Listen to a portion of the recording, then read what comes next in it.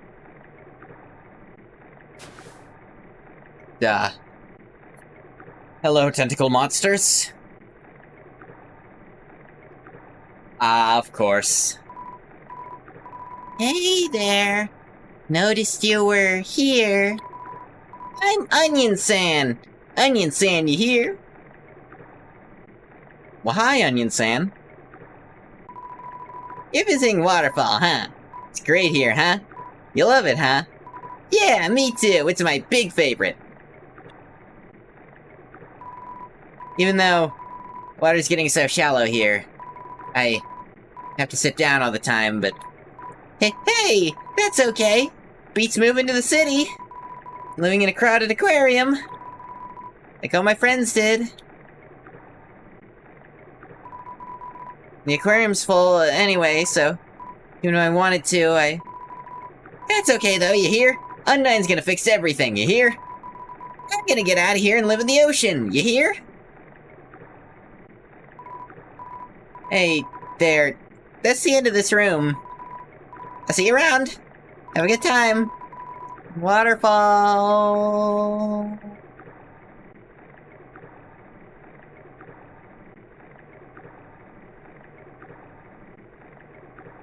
So, weird little scene is at least a good demonstration of the actual effects of their very limited space here in the underground. Chiron hides in the corner, but somehow encounters you anyway. Chiron, attack 19, defense 0. Tone deaf. She's too ashamed to sing her deadly song. Toot.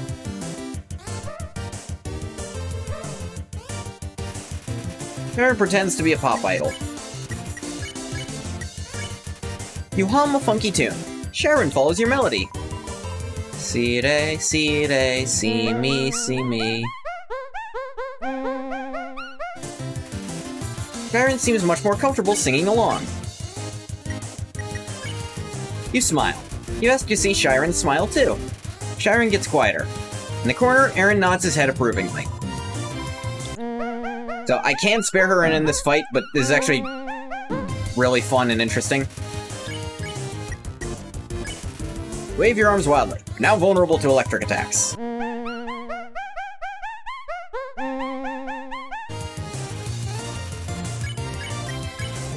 Hum some more. Monsters are drawn to the music. Alright, that's what I had to do. Suddenly it's a concert. Si fa, so mi, re, re.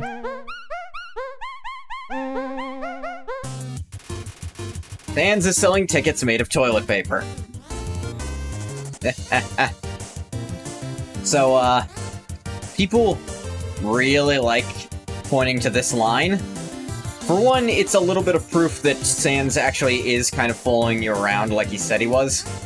Although, Aaron is apparently also nearby, and we saw Sans in Waterfall earlier anyway, so it's not that weird. You see him around the place. But, interestingly enough, if you killed Papyrus, instead of Sans is selling tickets made of toilet paper, the line is, a hooded figure watches from a distance. That's led to a lot of fan art of a hooded Sans fuming, watching you from a distance. You hum some more. Seats are sold out. Feel like a rock star. Miso, mi, si, mi, la, si, so. Crowd tosses clothing. It's a storm of socks. Sans fucking molting, yeah. Now a little spare. Sharon hit pretty hard. Northern room hides a great treasure. Haunting song echoes down the corridor. Won't you play along? Only the first 8 are fine. The piano here. Play it.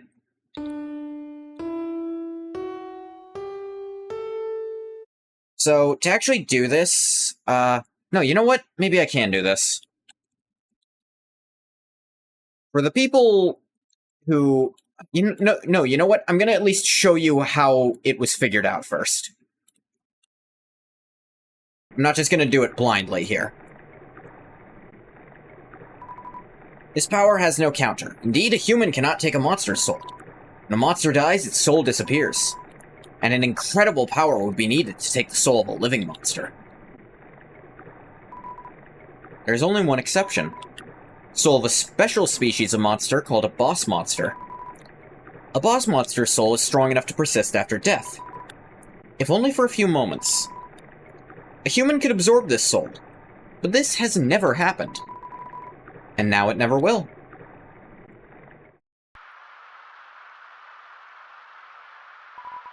The statue. Structures at its feet seem dry.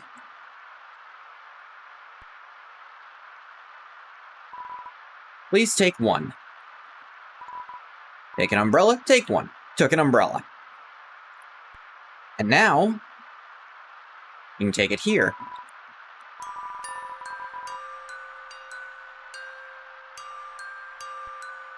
His theme. If you know whose, you know whose. Inside the statue, a music box begins to play.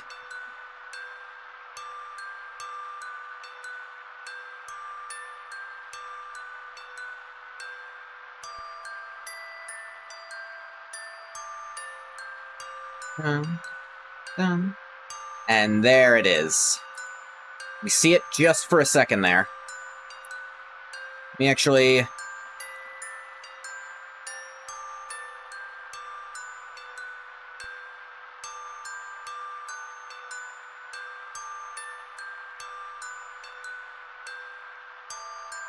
writing this down.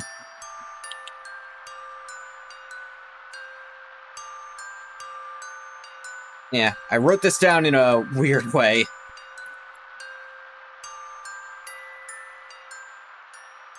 But yes, it actually took people a while to figure that out. Because it's not obvious you can put the umbrella there.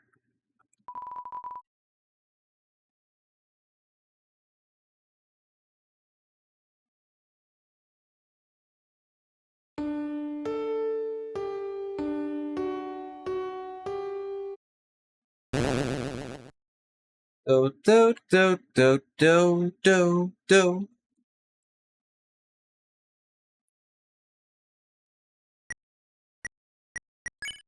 Yep. Item. Huh? It's a legendary artifact. You take it? Take it. Carrying too many dogs. Come again? Sell. Dialing. The ringing is coming from inside your inventory. Oh. Because if you, wait... So, during the, when Toriel initially leaves you there, if you wait long enough, she'll call you a few times saying she's taking longer and longer, until eventually an annoying dog steals her phone and runs off with it.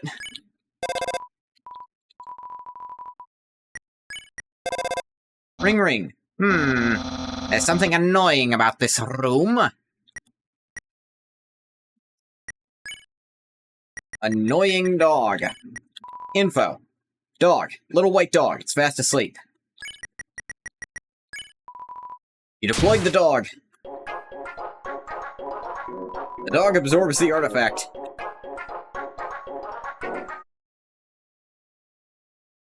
So, fun fact, later on you get an item that lets you use the box from your inventory just whenever you want, and even expands the box inventory. If you come back here with that, it will be clogged up with dog fur, so you still can't do it. The artifact is gone. Yep, all that for stupid annoying dog scene.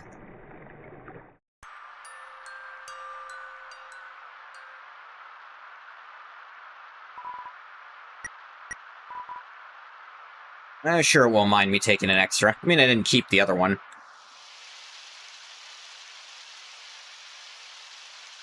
Can't have the child getting sick. Yo, you got an umbrella? Awesome. Yeah, come on. Let's go.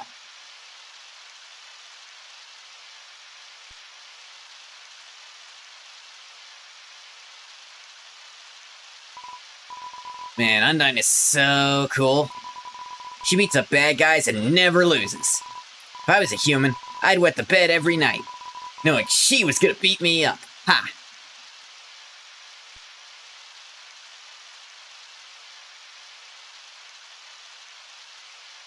Okay.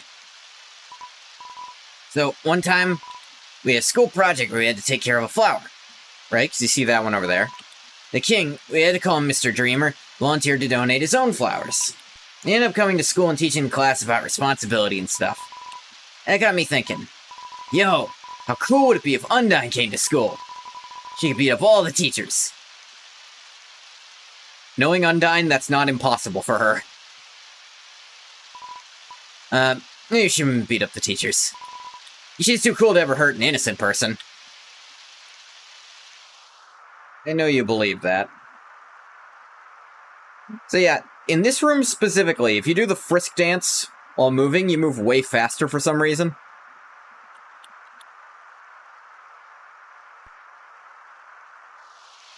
It's a weird quirk of the physics here.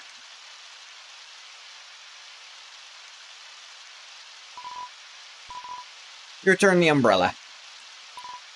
Yo, this ledge is way too steep. You want to see Undyne, right? Climb on my shoulders. You have shoulders? It's hard to tell. Oh, you go on ahead. Don't worry about me. I always find a way to get through.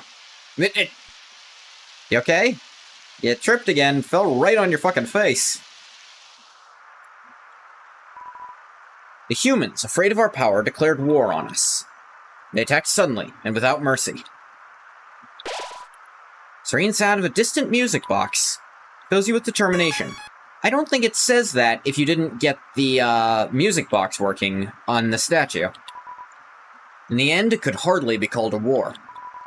United, the humans were too powerful, and us monsters too weak. Not a single soul was taken, and countless monsters were turned to dust. Ah, yes.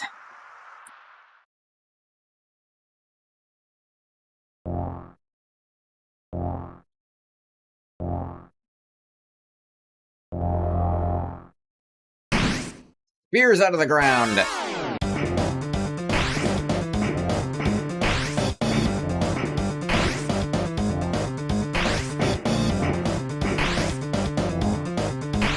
You try to stay near edges so they slot away from you. Makes this a little easier. That's like the speedrun trick. Like, being near edges or corners so that they're likely to not spawn at all. I don't know the correct routing or anything, just...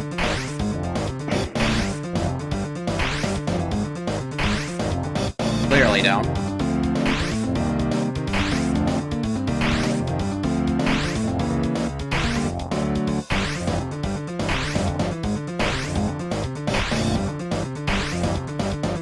Vaguely supposed to follow this under bridge, but like the bridge that's underneath it. But that's only so useful.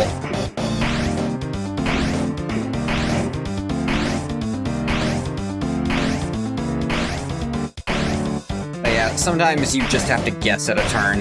You don't know the place like the back of your hand.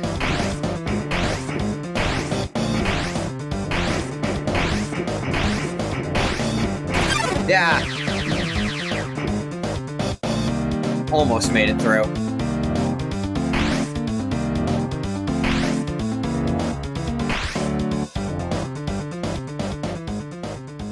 Yep.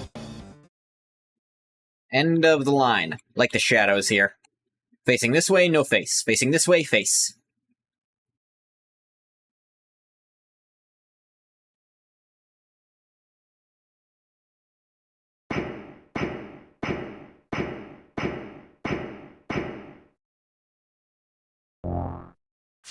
Hi. Sounds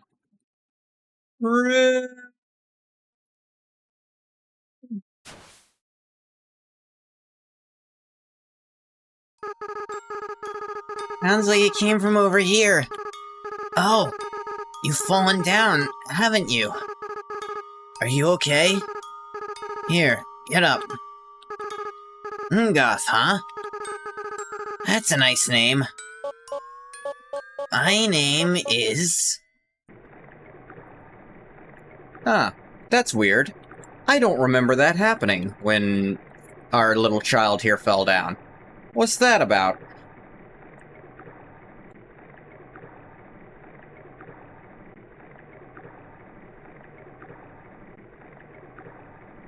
Wonder what that was. Fell on a bed of golden flowers, too. Wonder why. Piles of garbage. There are quite a few brands you recognize. Just garbage.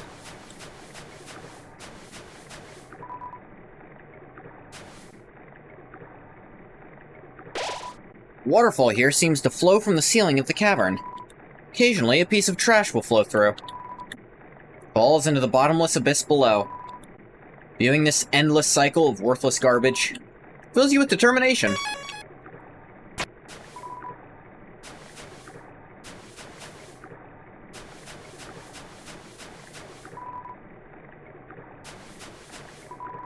You rest your hand on the rusted bike.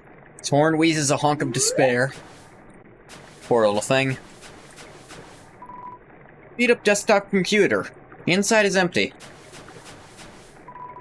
It's a cooler. It has no brand and shows no signs of wear. Inside are a couple of freeze-dried space food bars. Take one? Sure. Carrying too much. Right. Dog residue. The fuck is this?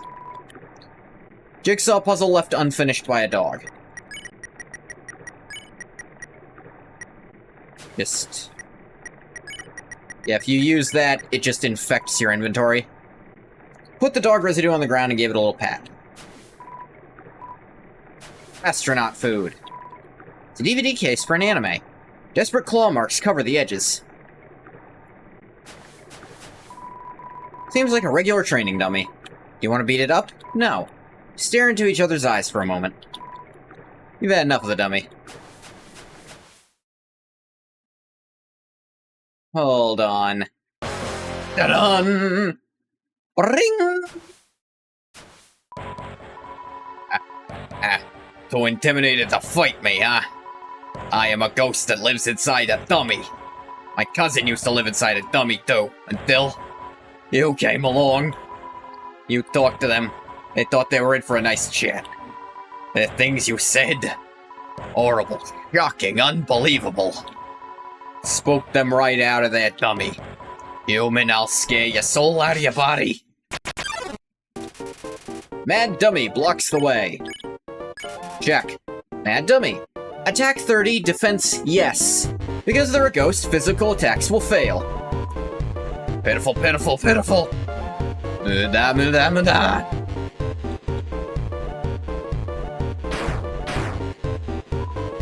And yeah, it's playing the ghost leitmotif. You can find that in Napstablook's theme and one other person's theme. We'll get to them later. Ah, you dummies. Watch where you aim in your magic attacks. Hey, you. Forget I said anything about magic. That dummy is looking nervous. You talk to the dummy. Doesn't seem much for conversation. No one is happy with this. The feature would take your soul.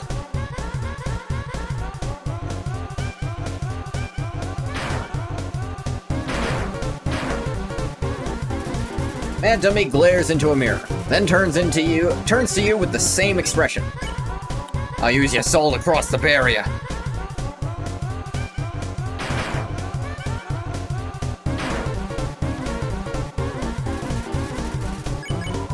I'll stand in the window of a fancy store.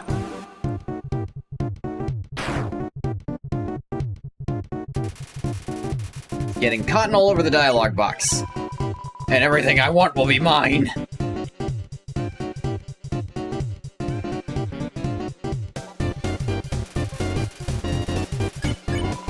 Huh? I guess that'll avenge my cousin. It doesn't sound like you care all that much. What's that name again?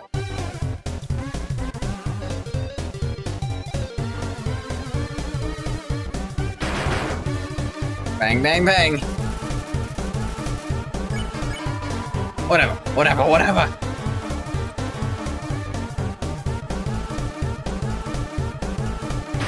Haha. Feeble, feeble, feeble. Muda, muda, muda. Dinked ya. And a person from a different game, but that's for a different time. Different game? I actually don't know what you're talking about for a different game. Oh, maybe in the... Is it in Big Shot somewhere? Or Neo Big Shot?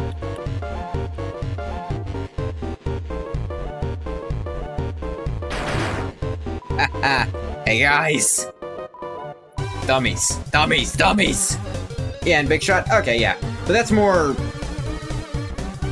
pulling from someone else's thing. Remember how I said not to shoot at me? Well, failures. You're fired. You're all being replaced. Now you'll see my true power. Relying on people that aren't garbage. Mechanical whirs fill the room. Transghost spotted? It is very unfortunate that... So yes, to explain to anyone watching, this is the exact same ghost in the Mad Mew Mew fight that is Switch exclusive. However, I've been informed that for the red and yellow mod, they actually kind of modded in a PC functioning version of that fight. Dummy is in fact in Big Shot. Okay. That's pulling from the third person in this game who has it. Dummy bots, magic missile. Yeah, I don't know what you thought was gonna happen, dude. Yeah, hoppin' mad. Dummy bots, try again. Yeah, you gotta loop them around like that. It smells like a clothing store. Dummy bots, you're awful.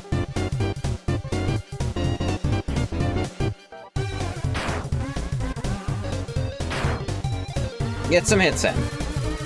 Bossing around its bullets. I do like this fight. I think this is one of the more interesting fights to not... This is probably the most interesting fight to not have a new soul mode for it. Where it's all about tricking the enemy's own bullets into hitting them. Final attack.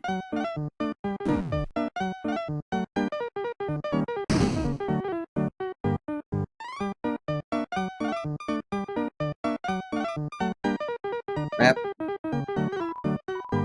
No way. These guys are even worse than the other guys. Who cares? Who cares? Who cares? I don't need friends. I've got knives. I'm out of knives.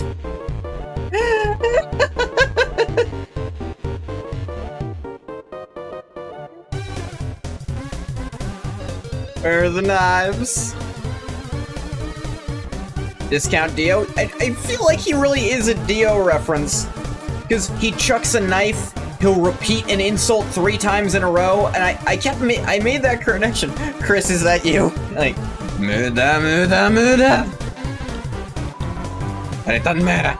You can't hurt me and I can't hurt you. You'll be stuck fighting me forever. Oh, nice call forward, or call back forward to the genocide run, pal. Forever. Forever.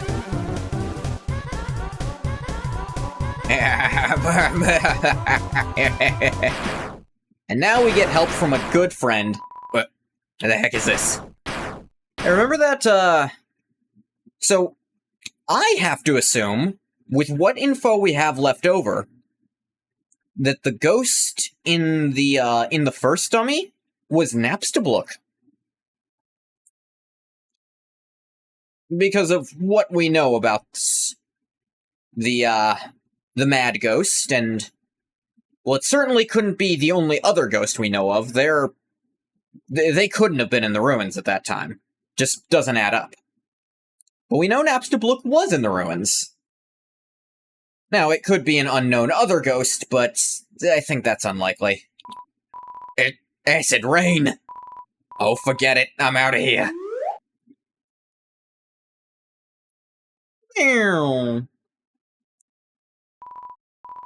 Sorry, I interrupted you, didn't I? It's okay, Napstablook. As soon as I came over, your friend immediately left. It wasn't my friend. They were trying to murder me. Oh no. You guys looked like you were having fun. I mean, it was pretty fun dodging, but... Yeah. Oh no, I just wanted to say hi. Hi! Oh no. Well, I'm going to head home now. Oh, Feel free to come with if you want. No pressure. I understand if you're busy. It's fine. No worries. Just thought I'd offer.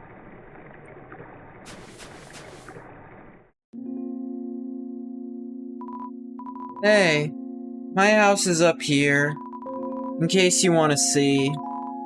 Or in case you don't. I do. Feel calming tranquility. You're filled with determination.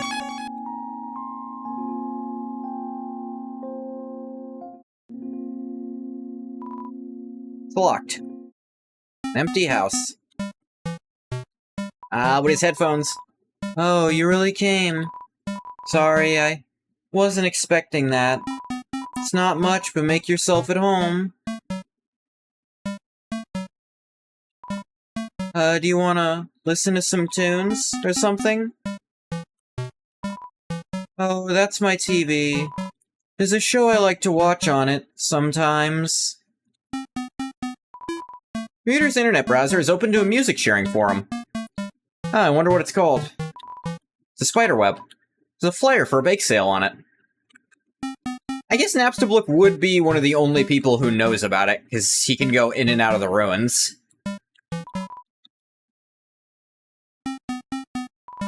Oh, are you hungry? I can get you something to eat? This is a ghost sandwich. Do you want to try it? Try anything once. Attempt to bite into the ghost sandwich. You phase right through it. Oh, never mind. Well, thank you for offering, Napstablook. After a great meal, I like to lie on the ground and feel like garbage. It's a family tradition. Do you want to join me? Yeah, okay. Okay, follow my lead. Here we go. Lie down as long as you don't move. So, only move around when you want to get up, I guess. Yeah, there's a little bit of the spider dance motif. Do you think they commissioned Napstablook for that, or do you think he bought the album from them? I do love that for... So, Undertale AUs back in the day, one of the most popular and interesting ones was Underswap, where you basically just take characters and swap their positions. Sans and Papyrus swapped, Alphys and Undyne, Napstablook and our performer later. Plenty overlap between dummies, spiders, and robots, it seems. Yeah. Napstablook as a big performer was actually like a big DJ. I liked that. But let's lie down here and feel like garbage. Thunderbolts and lightning, very, very frightening. Then the music cuts. And you can feel the true enormity of the cosmos. You are not but dust.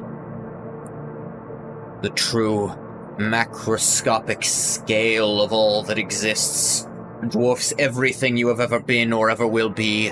Nothing you do can ever truly matter to the enormity, the endless expanse that is creation. Well, that's enough existentialism for today for me. That was nice.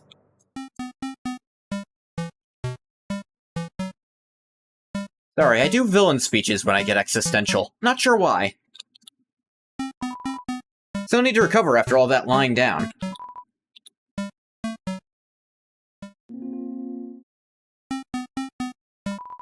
CD is labeled Spook Tunes. Play it.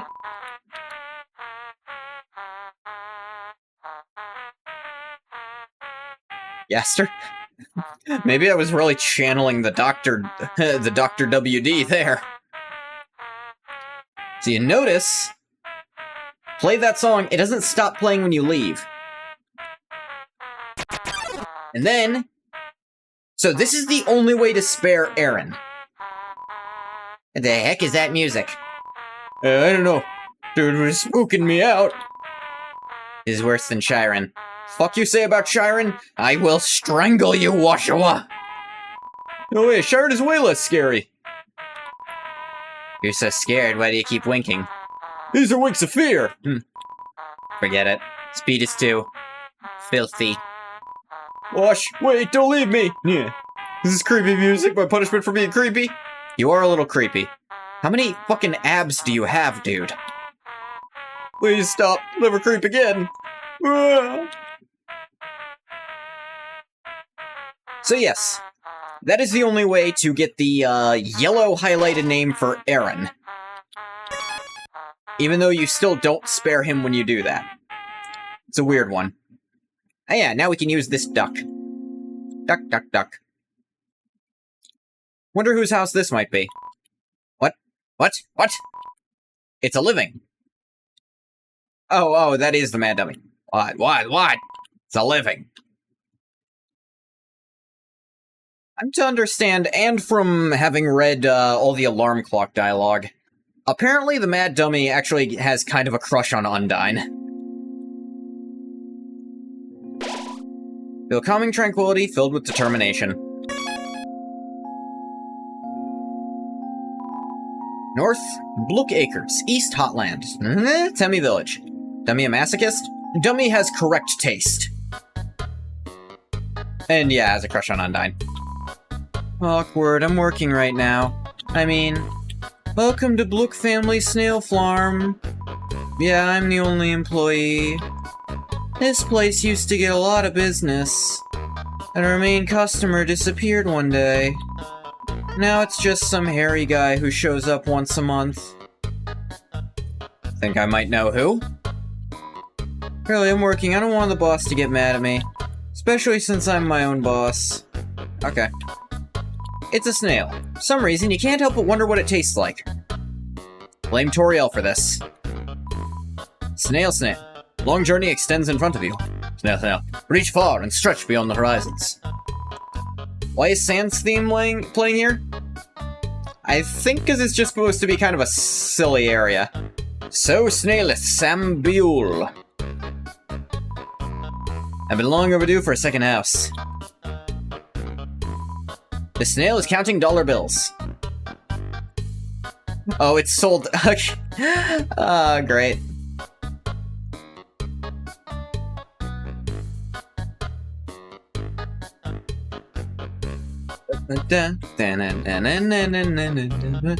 Don't think twice, I know all of your dirty secrets, so don't try shit, or I'll end your fucking life. But hey, if you're good, I will show you around Snowden Town.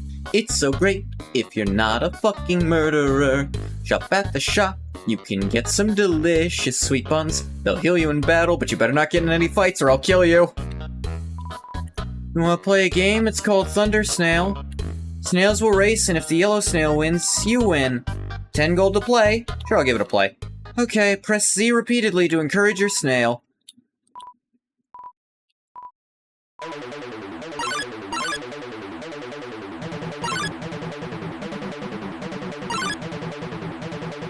You gotta be careful about over-encouraging them.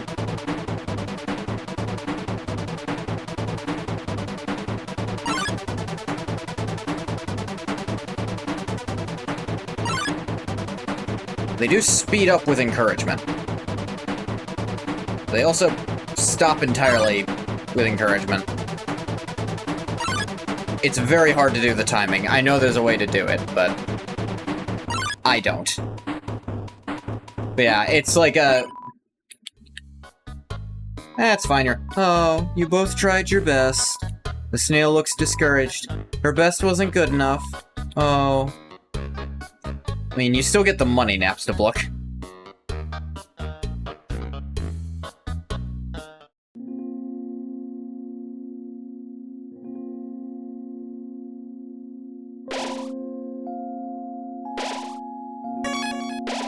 Whoop.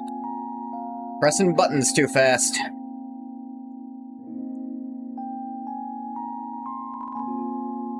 Use the box? Yeah. I don't need the stick for a hot second. Oh there, got some neat junk for sale.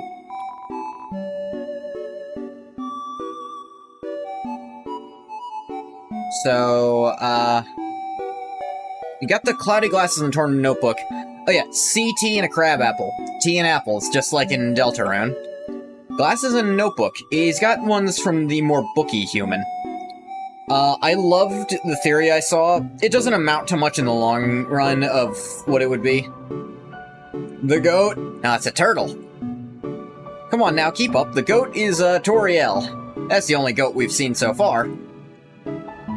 But yeah. I liked one person having, like, this theory that Gerson actually did still write Lord of the Hammer or something in this timeline, and the human was a big fan, and that's why Gerson has their stuff. But we're actually gonna get the torn notebook, because since I'm not going to be attacking, it's currently the best weapon I can have equipped. Contains illegible scrolls. Increases invulnerability by 6. Just gives me better, more invulnerability. Put the shoes away. You really don't need them for anything. Trying to get rid of my junk, not get more of it. Oh, I've heard if you want to sell stuff, the Timmy Village is your best bet. Or is it? Squint. I don't remember. Anything you want to know? Tell me about yourself. I've been around a long time. Maybe too long. Studying history sure is easy when you live through so much of it yourself. What's that emblem? Eh? I don't know what that is. What are they teaching you kids in school nowadays? That's the Deltarune, emblem of our kingdom. It's like, oh, Gerson was always associated with Deltarune. Who'da thunk? Of monsters.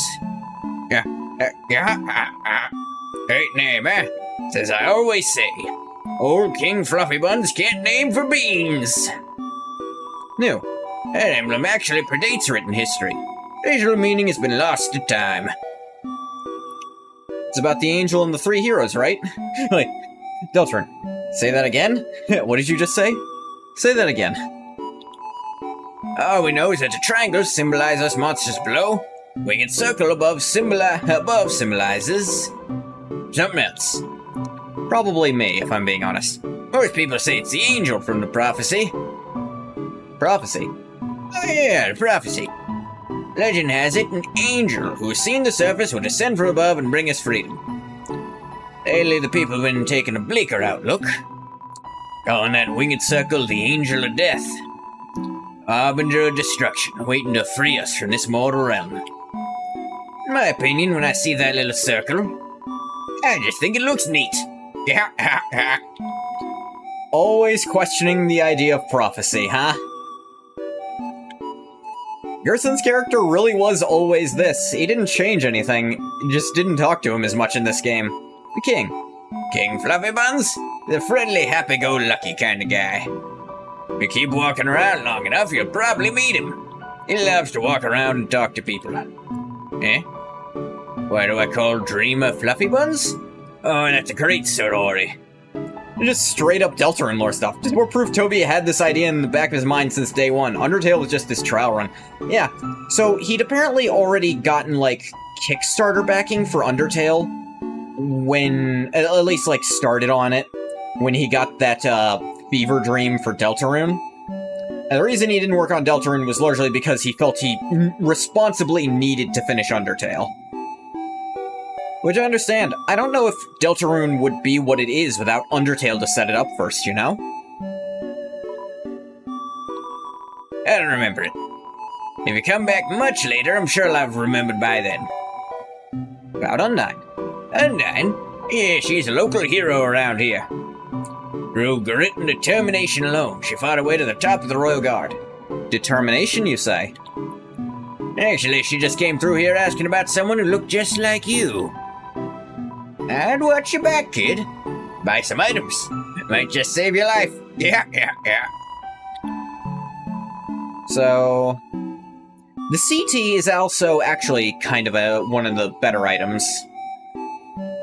Crabapple's okay. Like, it's good enough. Careful out there, kid. Sure thing. It's like Terminator 2 and Empire Strikes Back. Both sequels that needed a first entry to make them land as well. Yeah, although actually, just like the last 2 weeks, actually every week I watch a Star Wars thing with friends, like, should be today again too, actually. They should watch, well, last week was Empire Strikes Back. I enjoyed it, but I actually was surprised how much I loved A New Hope and how silly it is in a lot of places. Like, I have not watched it in a long time, and it was real funny. Hurt, beaten, and fearful for our lives, we surrendered to the humans. 7 of their greatest magicians sealed us underground with a magic spell. So yeah, that calls into question what we read in the book earlier. Their greatest magicians used magic? I thought you said humans couldn't use magic, and therefore were inferior to monsters emotionally. Supremacist book ignores reality, who'da thunk? Anything can enter through the seal, but only beings with a powerful soul can leave. There's only one way to reverse this spell. If a huge power, equivalent to 7 human souls, attacks the barrier, it will be destroyed.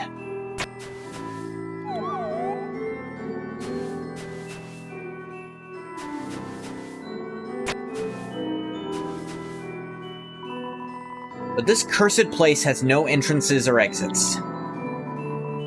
There is no way a human could come here. We will remain trapped down here forever. Pessimistic, and probably written before the first one came, which does help with the idea that it was a very, very long time before even the first human fell. Special enemy Temmie appears here to defeat you. Check. Temmie, rated 10 out of 10. Loves to pet cute humans, but you're allergic. Oi, I'm Temmie. You gotta move very carefully here, because the Temmie up there actually speeds up with you. Temmie! So say hello to the artist of the game. Talk. You say hello to Temmie. Oi, I'm Temmie. If you just do little movements like this, you can avoid getting hurt by that. Temmie forgot her other attack. You say hello to Temmie. Oi, I'm Temmie. Oh. Temmie is doing her hairs.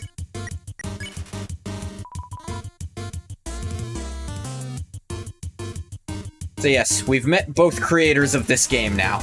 The annoying dog is Toby, and this is Temmie. Temmie Chang did most of the art for the game. I think there were... I think the only sprites... Actually, no, I think she did all the sprite work still, but, like, the specific Kickstarter reward characters like Muffet and the painter guy I've never managed to run into because I don't play this game on Wednesday. Oh yeah, if you hold this screen long enough, her face vibrates off her body. Truly an integral part of Undertale and Deltarune's success. I mean, really. Spare. You won.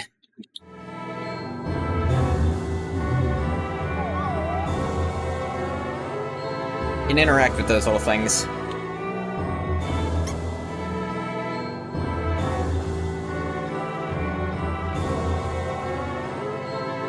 You mentioned Underswap earlier. Love how the fan game TS Underswap handles Temmie in the role of Flowey in an interesting way.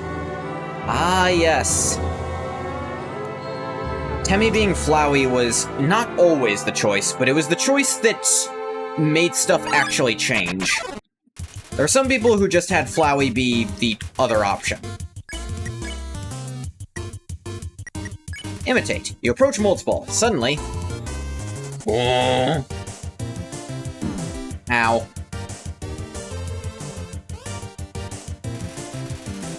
Mold Big needs some distance.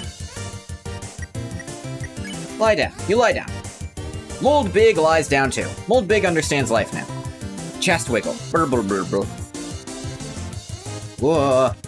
Whoa. Smells like a bait shop. Alright.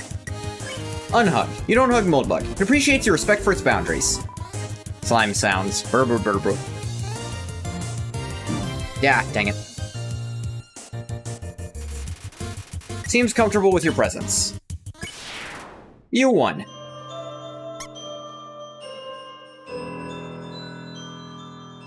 There we go. Turn out my own volume to hear this better. Doo-da-bop, doo-da-bop, doo-da-bop, doo-da-bop, doo-da-bop, doo-da-bop, doo-da-bop.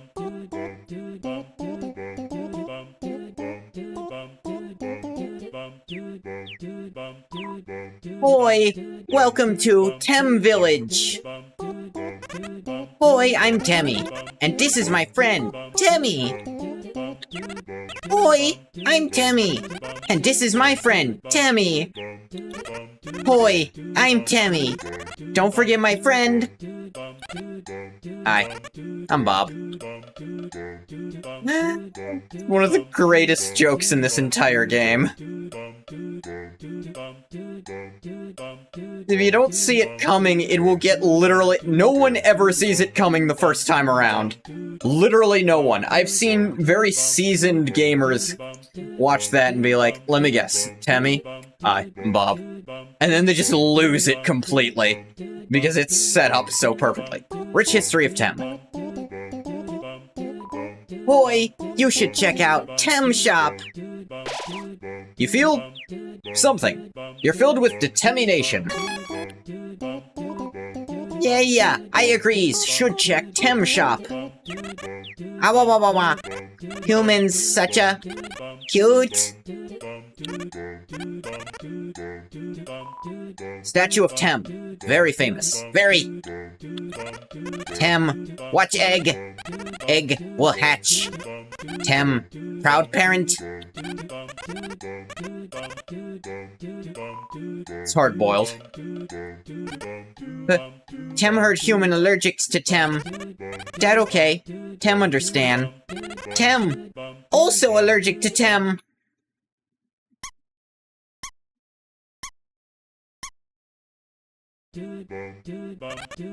Oives!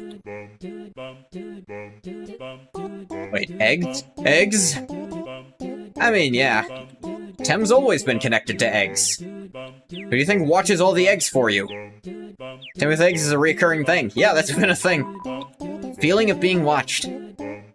Ah, yes. The famous vine. Mushroom dance. Mushroom dance. Whatever could it mean?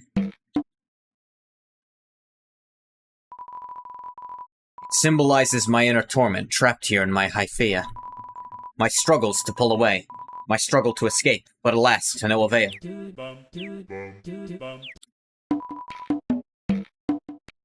It means you've lived a life of sin! Only I could see the world above. But even if the barrier was open, how would I leave?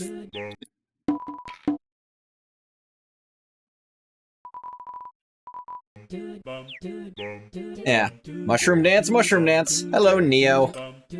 Welcome in. Oi! Welcome to the Tem Shop! Got Tem's Flakes for 3 gold. Tem Flakes on sale for 1 gold. Tem Flakes expensive for 20 gold. And Tem Pay for College for 1,000 gold. Colleague, Tem pursue higher education. Food of Tem expensive. These are all identical, by the way.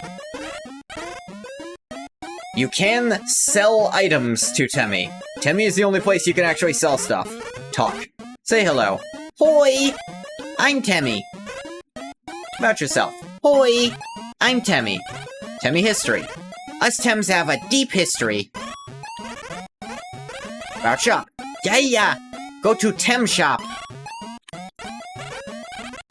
So yes, oh man. Tem Chang actually in college when she worked on Undertale? I don't know. But the joke of Undertale paying for her college writes itself. Because, you know, this game made money hand over fist. The costs to make it were not a lot. Like, most of the Kickstarter money was just making it so they could work on this and not have to do other shit. Like, not have to have a day job, really. Or at least, not have to take too much time to make money. So you can pay for Tem's college, Tem will leave and be able to give you some extra dialogue and sell a new item, the Temi armor, which is, I think, as much gold, but it decreases in price. Similar in spirit to Spanton Shot and Delta, and how it's weird and painted. Yeah, a little bit. Oi! The Temi armor is unquestionably the strongest armor in the game. So much so that they recommend you not get it because it makes the game too easy. I could grind here for it, I'm not gonna do that. Because something you can do is buy the 1 gold Tem Flakes from Temi, and then sell them back for more. And in fact, if you refuse... You know what, actually, I'll show that off just real quick. I'll show off how that looks.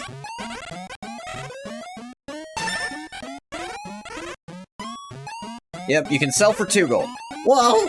You got a Tem Flakes? I gotta have the Tem Flakes, but I gotta pay for Coleg. Tem always wanted Tem Flakes. Can buy flavors for 3 gold. No. But... P? 5G. No. You'll regret this.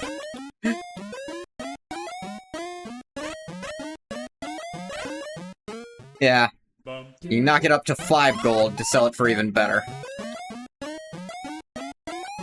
Or if you sell it for 2, because I messed it up a little. But yeah, if you do it for 5 there, then you can do it a little bit faster. But yes, you could sit here buying Tem Flakes for 1 gold and then selling them for 2 forever. Picture of Tem on a dragon? One of, if the only depiction of a dragon in Undertale. Yeah, it sure seems that way. That is the rich Temi history. If Temi goes to college, she can tell you about it. I've never actually sent her to college myself before, and I've never seen the dialogue.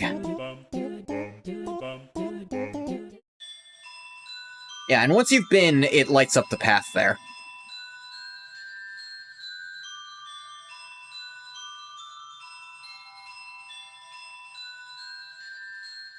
Oh yeah, and this is how most people find it. They go backwards here from having gone up there to go back. Oshua and Aaron appear. Oshua, please clean me. Have him just here and... Yep.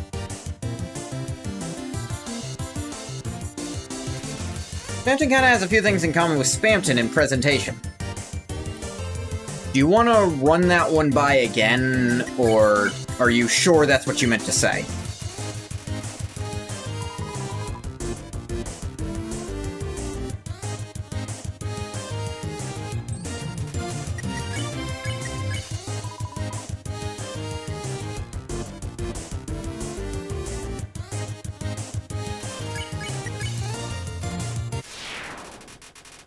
Went and got gold. I could also grind here forever if I really wanted that college thing. Maybe I'll grind off screen and come back with the college to show it off. Like, show off the degree. Both weird off-kilter music, fixation with money, shop, Mimi humor. Nothing too concrete, but fun coincidences at least.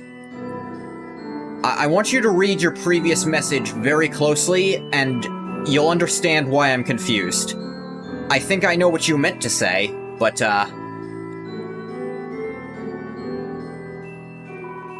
without candles or magic to guide them home, the monsters use crystals to navigate. Oh. You meant Temi. Yeah, I kinda figured.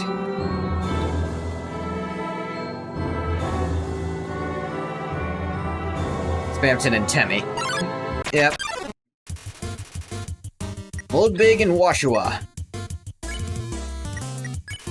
You don't hug Moldbug. Appreciates your respect of its boundaries. Roar, scrub-a-dub-dubs. Tweet!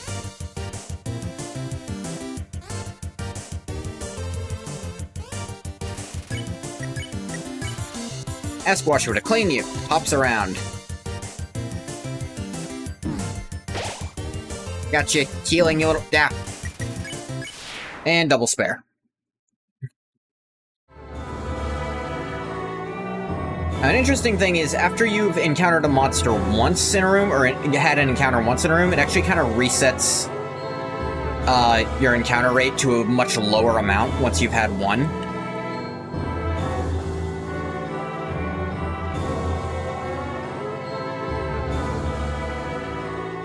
So you don't really get spammed in, like,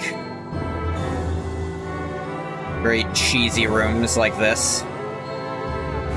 That also means that the speedrun tactic in the genocide route where you need lots of kills is to actually, between encounters, leave the room briefly.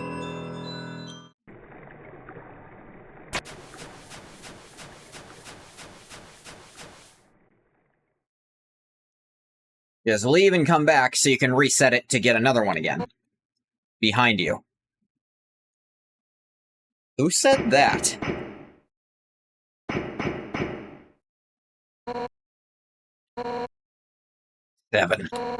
Seven human souls. The power of 7 human souls, our king. King Asgore Dreamer will become a god. With that power, Asgore can finally shatter the barrier. He will finally take the surface back from humanity. Give them back the suffering and pain that we have endured. Understand, human? This is your only chance at redemption. Give up your soul, or I'll tear it from your body.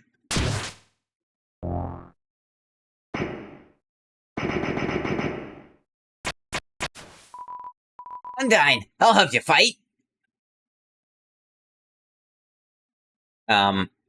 Yo! You did it! Undyne is right in front of you! You got front row seats to her fight. Wait. Who's she fighting? Hey, you're gonna tell my parents about this, are you?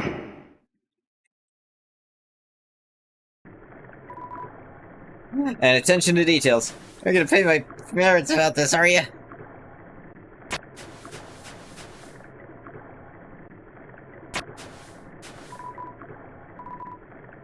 I say my wish, you promise you won't laugh at me.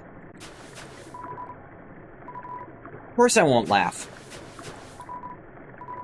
Someday I'd like to climb this mountain we're all buried under. Standing under the sky, looking at the world all around, that's my wish. Hey, you said you wouldn't laugh at it. Sorry, it's just funny. It's my wish too. So, I like the new take that, that conversation is very possibly, I mentioned this earlier, very possibly between the Undertale version of Des and Noel. However, there is a prophecy. The angel, the one who has seen the surface. Holiday Sisters, yep. Back in the day, we genuinely had no clue. The only theory that had any kind of merit to it was that one of them was Monster Kid.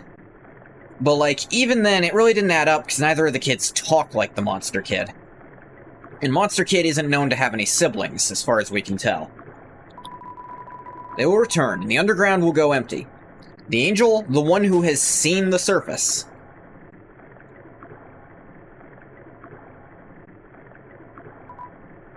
Yo!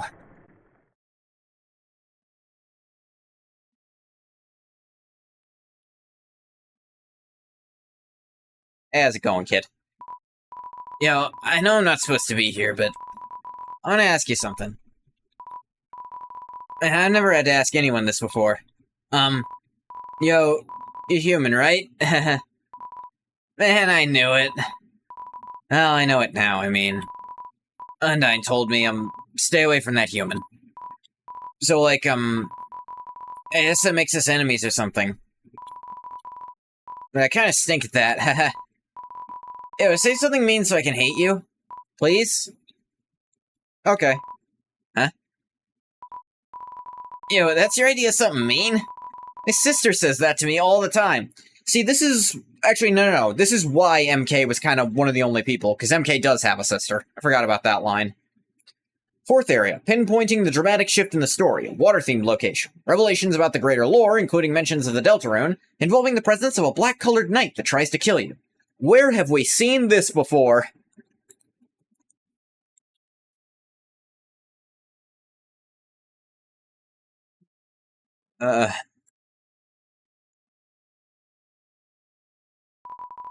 Guess I have to do it. Yo, I hate your guts.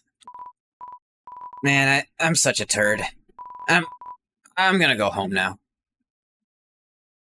Don't go backwards over this bridge. It's pretty thin, and there's that block there. Yo, wait, help! I tripped.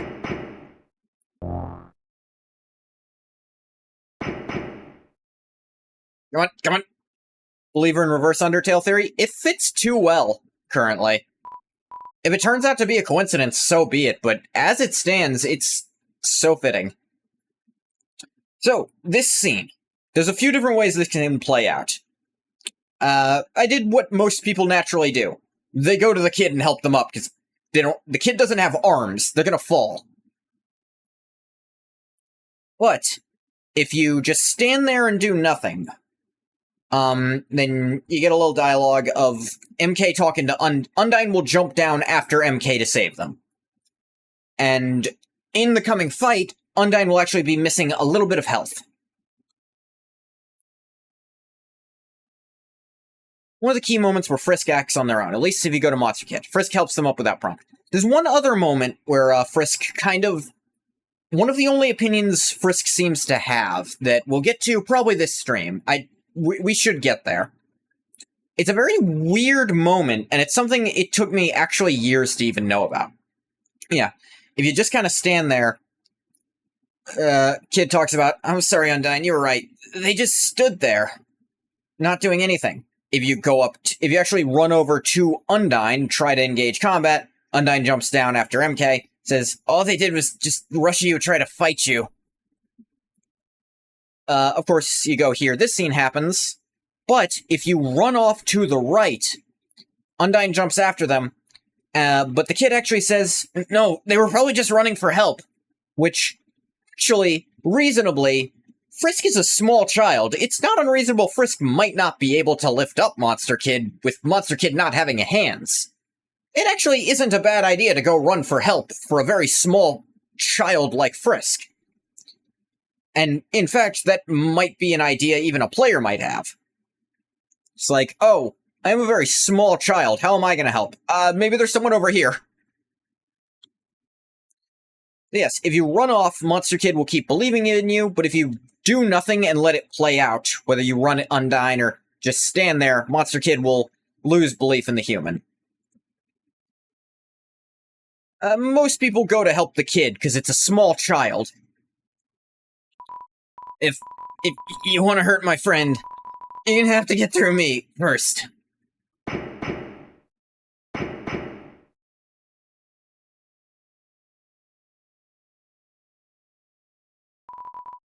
He's gone. Oh, you really saved my skin. Guess being enemies is just a nice thought. They just have to be friends instead. Yeah, I should really go home. But my parents are worried sick about me. Yeah. Later, dude. Just, alright, you made it off the bridge. You trip a lot.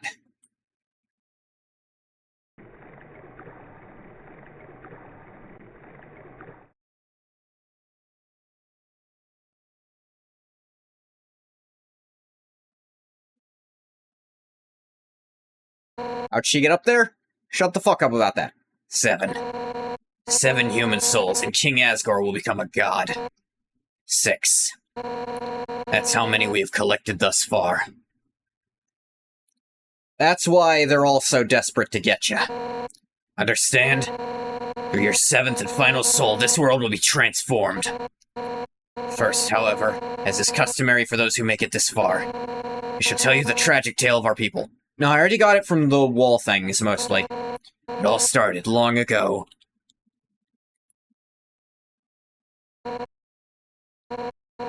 No, you know what? Screw it! Why should I tell that story when you're about to die?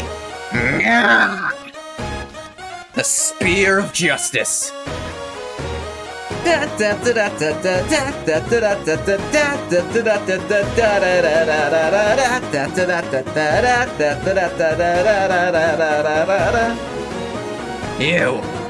standing in the way of everybody's hopes and dreams. Alphys' history books make me think humans were cool. They're giant robots and flowery swordswomen. Are you reading manga? But you? You're just a coward. Hiding behind that kid so you can run away from me again? She'll find something to pick at no matter what you do. Let's not forget your wimpy goody two-shoes shtick. Definitely imagining her having Mutako's voice. Ironically, the same singer as Undertale the Musical, too. Oh!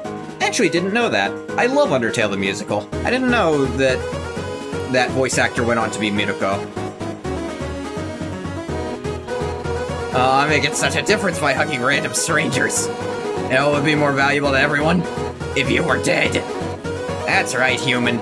Your continued existence is a crime. Your life is all that stands between us and our freedom. Right now, I can feel everyone's hearts pounding together. Everyone's been waiting their whole lives for this moment. We're not nervous at all. Everyone puts their hearts together. They can't lose. Now, human, let's end this right here, right now. I'll show you how determined monsters can be. Step forward when you're ready. The wind is howling. You're filled with determination. That's it, then. No more running away. Here I come. On guard.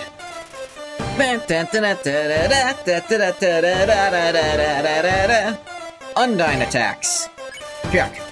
Attack 50, defense 20. The heroine that never gives up. As long as you're green, you can't escape. Unless you learn to face danger head on. It won't last a second against me. Undyne bounces impatiently.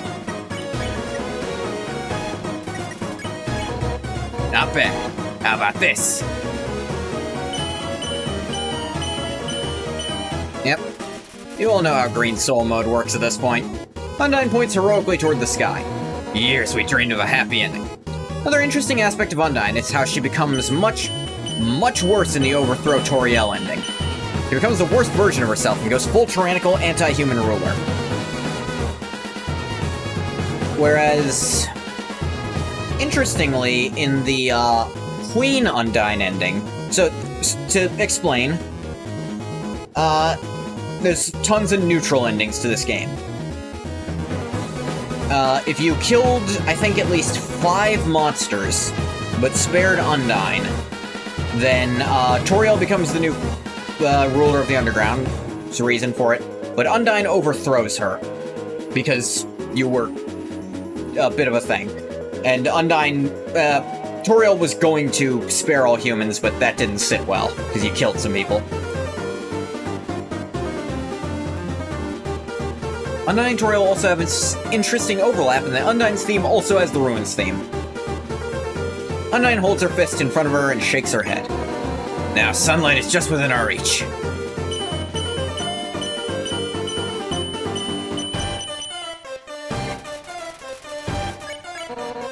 I won't let you snatch it away from us.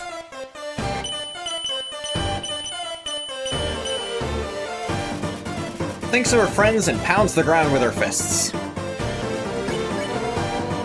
Enough warming up.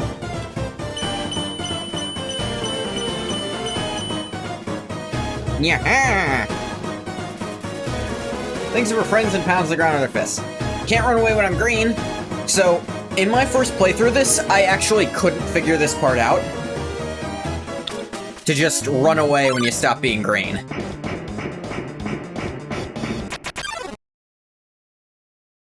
This is the only way to spare her, is to run away. Won't get away from me this time. Honestly, I'm doing you a favor.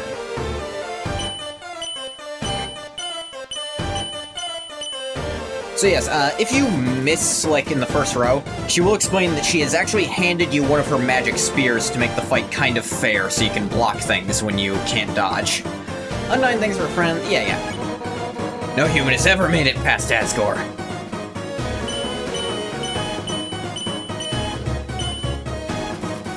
Undyne vs. Toriel is an interesting conceptual fight that would have been cool to see. Toriel going full stop would be cool, but it's implied that Undyne is the strongest monster.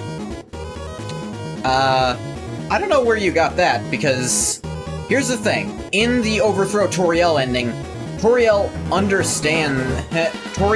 actually abdicates willingly when she finds out everyone's so unhappy. Undyne is not okay, Undyne the Undying is implied to be the strongest monster. But Undyne by default here? No, I'm sorry to tell you. Because Undyne here is explicitly not as strong as Asgore. She has quote-unquote beaten Asgore before, but that was in a training match. And Asgore is shown to be weaker than Toriel.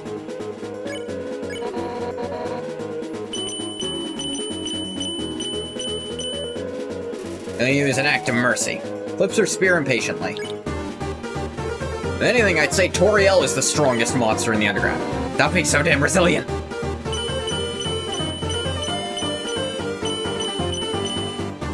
Yeah.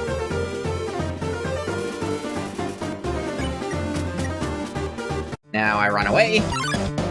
Wait, they're running away. You escaped from me for the last time. Always told me humans were determined. Yep, the flippers. He's actually not hit me once yet. I'm sure that will change. See now what she meant by that.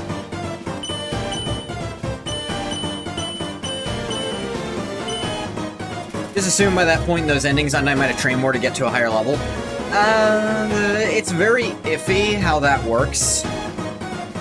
Like, Deltarune implies that simply experiencing hardships and training can increase your level of violence, but Undertale, you go through some hard shit, and your level of violence won't increase no matter what. I have to assume they work differently across the different worlds. And while you can train to increase your stats, it won't increase your level of violence, no matter what. Or I suppose none of this really counts as training.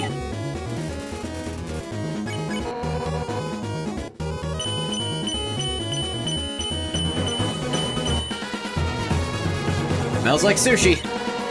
Right now. Undyne really thinks. Undyne suplexes a huge boulder just because she can. Undyne's like, this'll be my last attack. This one. Right now. Ooh, this one's really difficult. Flips her spear impatiently.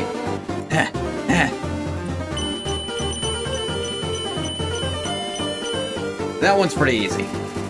Another interesting thing, the narrator seems to really like Undyne. Undyne's dying state is also one of the segments where the narrator will get solemn in neutral pacifist modes aside from the Dreamer fights. Yeah. I think that's what's known as serious mode. Genocide, the narrator seems to regard Undyne with respect. It depends on who is the narrator. Who is your narrator theory? There's lots. Probably the most popular one is the first human, as it leads into the genocide route. But there's also the idea it could be Frisk, it could be the Dr. WD, it could be an omniscient narrator who's not a character. Die already, you little brat. Nara, first human believer, yourself. Yeah, that is probably the most popular one. Yeah, I dodged none of that, but again, the glasses just gave me that for free. This is why the glasses are so useful for this fight. Right? Undyne, hold on, I'm getting a phone call. I think it's Papyrus. Hey, what's up? I was just thinking, you, me, and Undyne should all hang out sometime. I think you would make great pals. Let's meet up at a house later. Click. Oh, sure. I'm running away.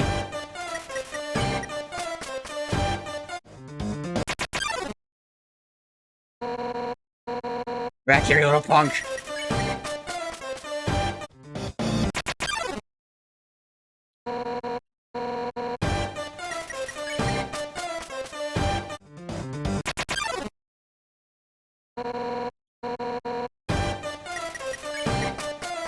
You're probably wondering, what the fuck are you doing, fish? I'm gonna show you something that's actually really hard to see if you don't know it's there. This might make me do the fight again, but it's kind of worth it. I actually am not sure if it will make me do it again. Or if I've done enough to already have won. Probably will make me do it again. It's not a big deal. The fight's not that hard with the equipment I have.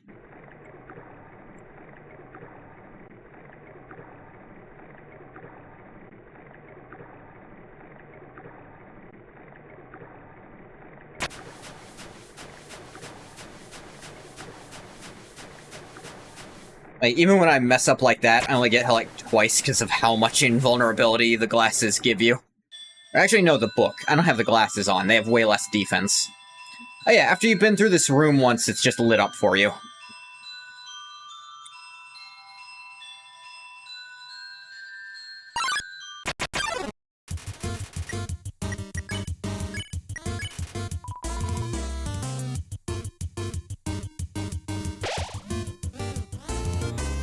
Ah, almost got to.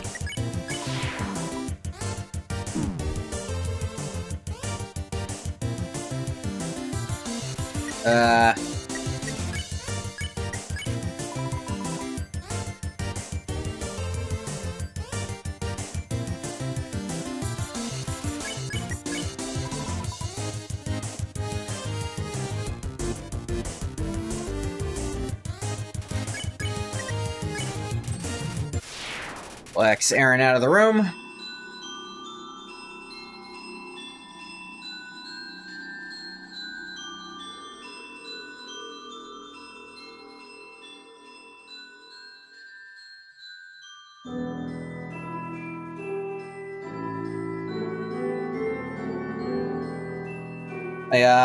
What was it called?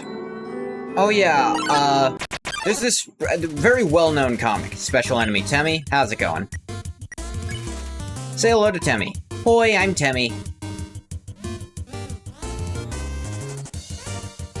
Sits there vibrating, spare. Probably one of the more famous comics is, Flavor Text Kara, it's called. Or Kara.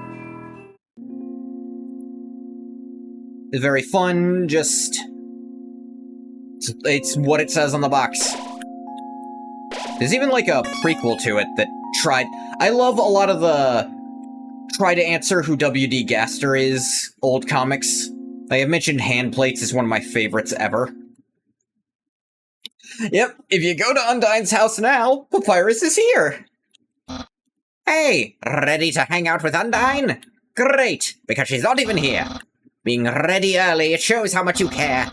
Even if she's not here to see that. Nope, she isn't here yet. So yeah, if you leave the fight and come here before beating Undyne, Papyrus is just already there waiting. I know a lot of people probably didn't know about that, because it's very hard to find naturally. And it's so fitting for Papyrus to do. And it makes perfect sense in the story.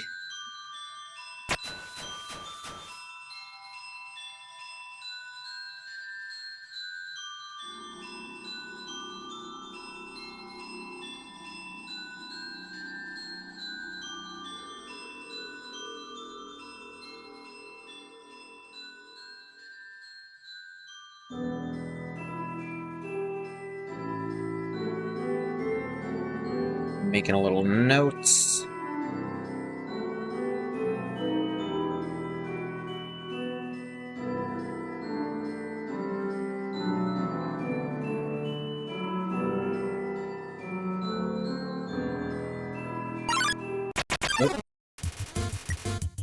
Moldbig and Washu up here. Okay, so interesting thing. I'm not gonna do it because it makes this fight really, really difficult. Normally, if you try to touch Washua, it's like, no, wash your hands first. But if you actually hug a mold thing first and then try to touch him, he'll be double grossed out. It's really funny. Ow.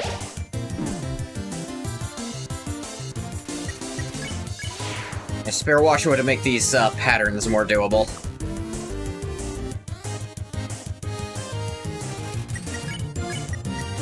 Unhug.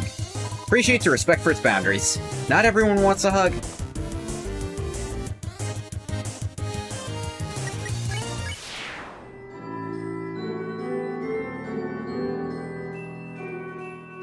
Ooh. The light's running low. And the shadows are kind of starting to grow. This place that I know seems kind of like a fantasy. It's alright, there's a light inside my soul.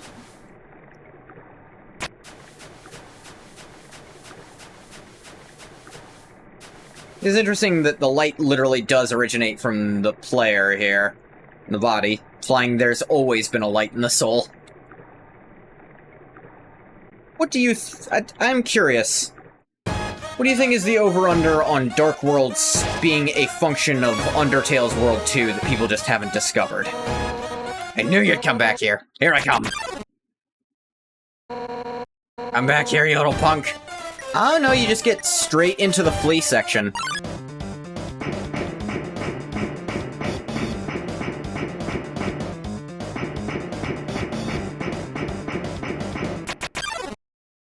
Alright, I thought I'd have to redo the whole fight, but nope.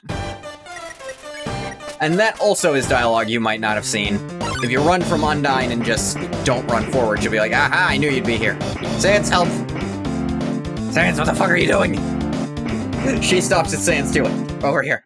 Oh my god. Armor, so hot. I can't give up.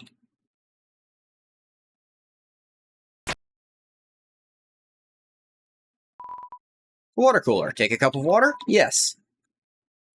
A little Sprite. Little hand. You have the water? Yeah, sure.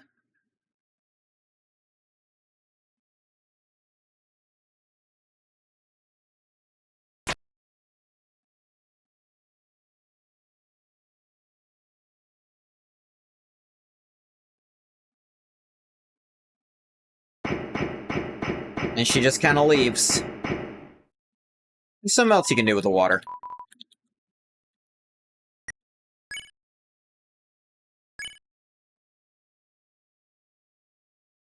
Did I fuck it up already, actually?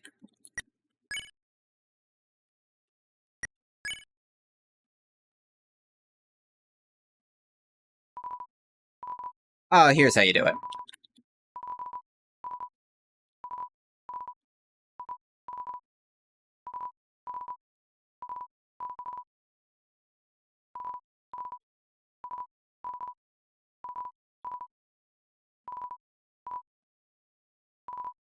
Yep. You see, it's starting to run out.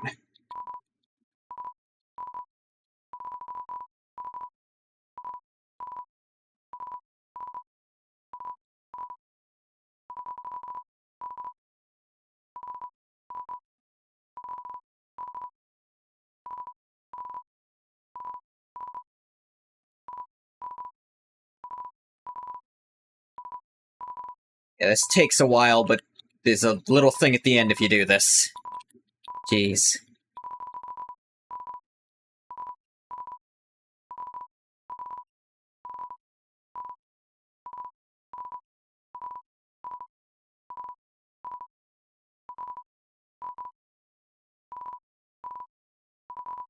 No more water left in the cooler. Okay. Things in such a strange laboratory in a place like this, filled with determination.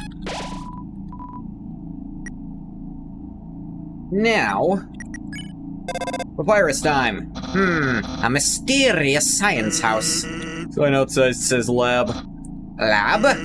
Like, laboratory. Interesting you know that, Sans. Labrador, eh? Does that mean there are dogs inside? I mean, I wouldn't rule it out. Hang on, Sans. Do you know about what's down there? Strange dog's house. Okay. So now we have a private pool. Worst things that happened.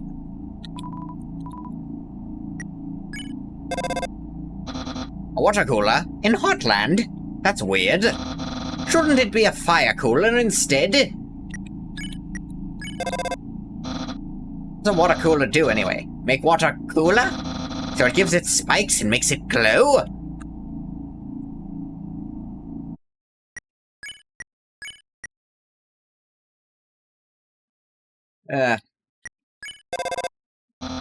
Oh, you're in Hotland now. Hey, Sans, aren't you supposed to be there? Don't worry, I am. Phew. Finally, Sans is doing his job. Yeah, we're gonna run through, get all the papyrus dialogue, then move forward. Not gonna do the Undyne thing yet, so I can get his stuff for Hotland. I'll probably not do that till after the, thing. You might know what I mean. Hey, isn't this what I called you? I have a photographic memory for phone calls. Hey, when are we gonna hang with Undyne? We'll get there, Pappy boy.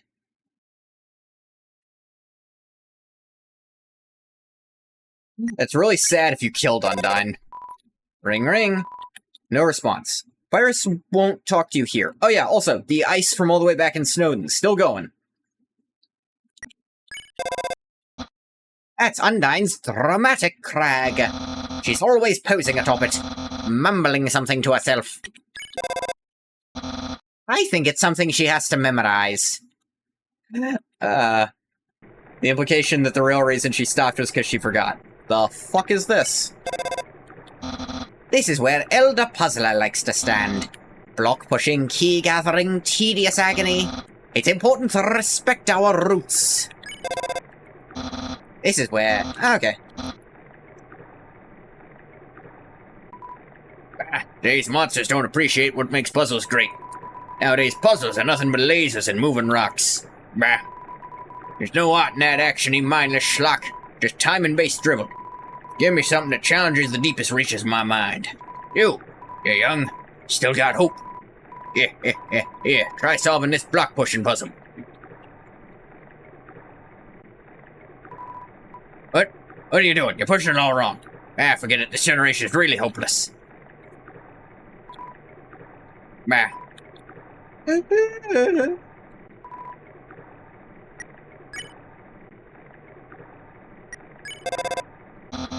Each area has to have a precarious bridge. It's mandated by the government. Of course, King Fluffy Boy wants to unmandate it safer. Why? Don't he think of the children? I think he's the only one thinking of the children. Spikes, danger bridges, the pillars of youth.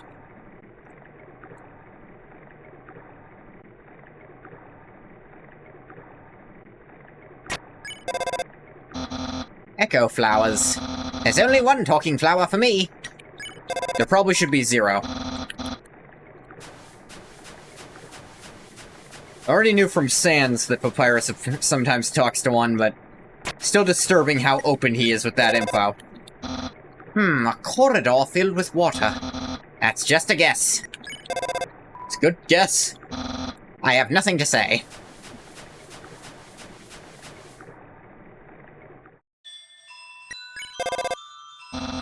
Lanterns?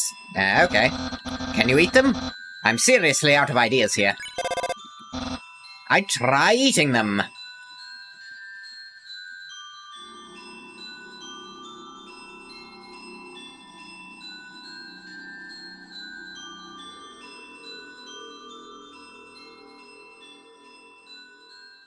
Longer in here, the darker it gets.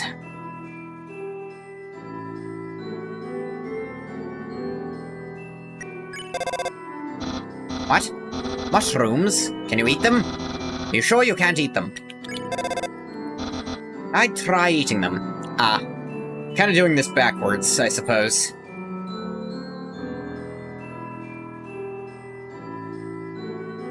Can't really do it well the first time you go through, though.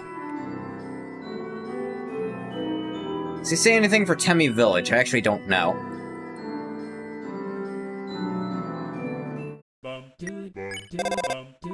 There's no response. I didn't think so.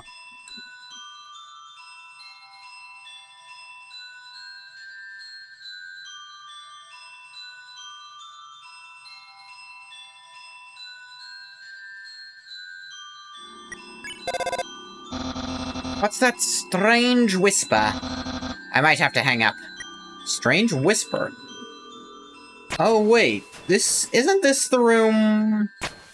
This song also has a slowed down version of the Ruins leitmotif. The Ruins leitmotif might just be everywhere. Papyrus is at home right now. Yeah, Papyrus doesn't like the waterfall room. I wonder why. It also is a slowed down version of the Hotland leitmotif. If you see a shop, you should stop. Drop and roll into some great deals, because we're having a fire sale at my imaginary store, which sells flames. Yet another dream of mine. Up. Is the river person there today? Are they? Yeah. The river person is as close as you get to fast travel in this game. Hey, you're near Undine's house. That's to the left upwards. Upwards. All the other directions go to the wrong house. North, ghost house. East, turtle house. South, trash house. West, bird house.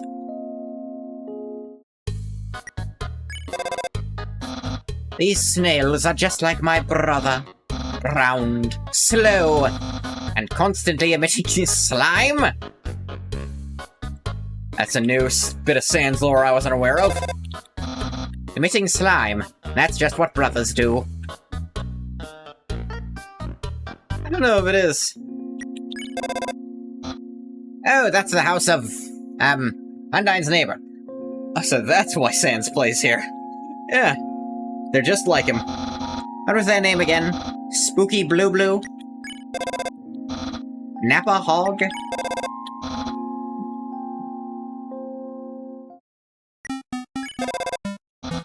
So you're friends with a ghost. Isn't that kind of spooky?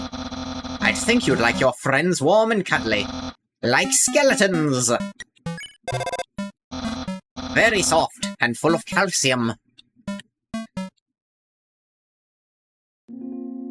Never change, Pappy baby. Never change. That's Undine's house. You actually see his mouth moving here. You know, the one with the skeleton in front.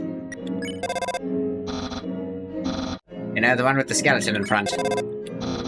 He just says the same thing, but looking a little down, like, yes, it's still me.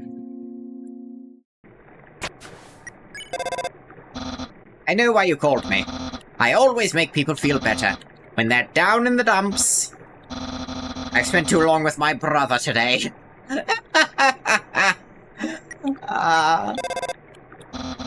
Forget I said that.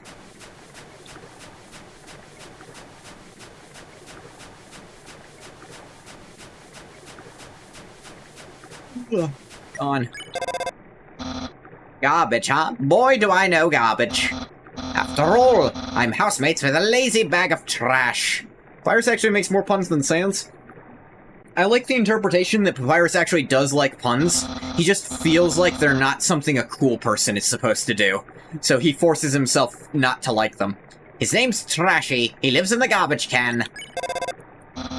You didn't think I didn't name my garbage, did you? I wouldn't know. Flowers? Do any of them talk? Say hi for me. Flowers are our best friends.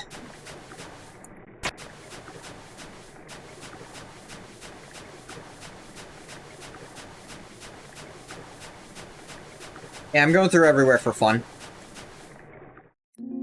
Suppose the smart way would have been to go with the river person and then work my way forward, but eh. A bird monster? Try talking to it. Wait. Say that again. Or you could put me on the line. I've got some pretty good tweets. Horrible bird imitations. Did the bird like my tweets? Well, the bird wants to carry you across. Accept the bird's offer? Yes. Say that again. Our best friends? Yeah.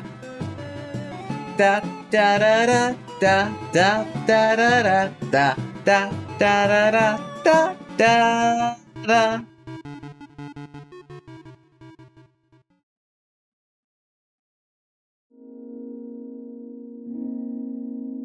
Thank you, little bird. Good birdie. Little bird wants to carry you across. Not right this second. You rest up a little. Huh? My brother? Of course he has a telescope. Sans loves outer spacey sci-fi stuff. Hmm? He never told you? Sans never tells anybody anything. Thanks for calling. Not telling a lot either, Peps.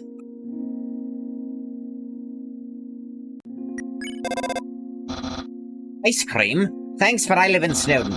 There's ice cream all over the ground. It's called snow. Sans, I didn't ask your opinion. I'm flattered how much you want to give me ice cream. Me too. No, you aren't. Interesting, the very room you leave Sans, and then apparently he's next to Papyrus over there again. Ah, fascinating.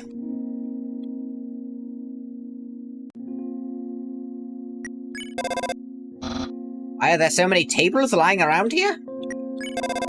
Why are there so many tables lying around here? He's curious too.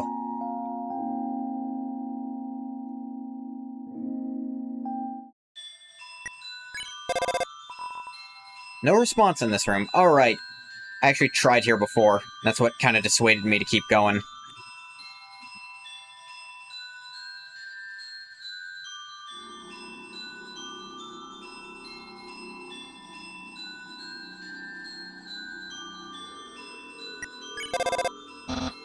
Sometimes, prizes are hidden under the grass. Treasures like mud or dirt. Did you find the treasure? Yeah, I found it.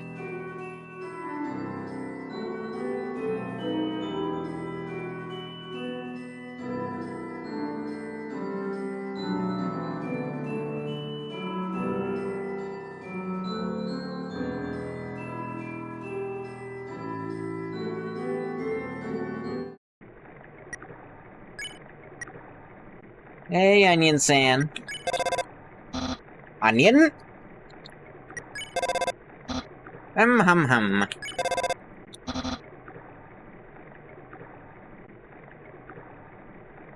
Sure enough, an onion. Did you hear? You're back! I'll tell you a big secret. I'm starting a band, you hear? It's called the Red Hot Chili Peppers. All I've thought of is the name. And I don't play instruments or sing. Well, you think we'll be popular? Yeah, sure. Yeah, me too.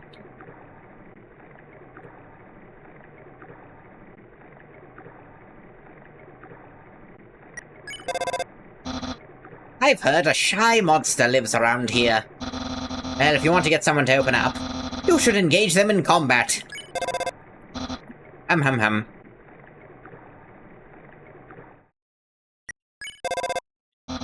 Huh? Are you serenading me? Oh no, you're making me blush. Let's write a musical about our adventures. Someone already did. Actually, lots of someones. It's very good, I recommend it.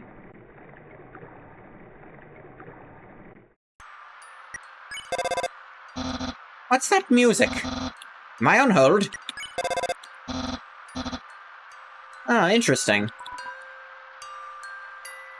So I actually won't be able to get the dialogue of what he says if you don't have that in there. Always carry an umbrella in case it rains.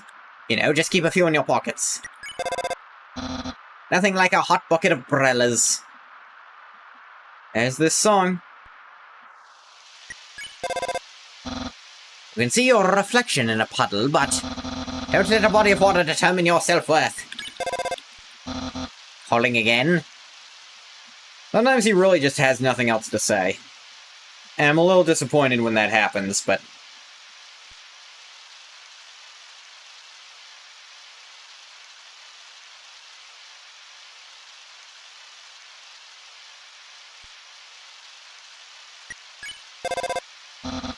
Where are you? I hear water. Are you in the toilet? Also, what's a toilet? Which you like more, his theme or Lost Girl? See, I really just don't have... I really can't give a good answer, because I don't have a preference too much. That's the King's Castle.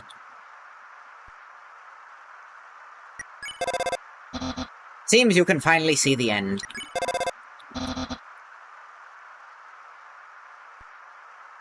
Move way faster with the frisk dance.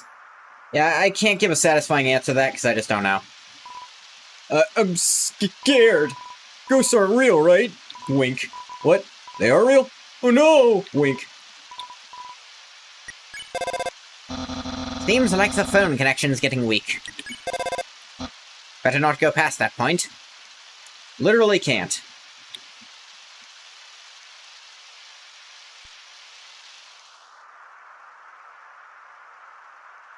I suppose if I had to guess, Lost Girl has been used more, so I guess I like it a little more.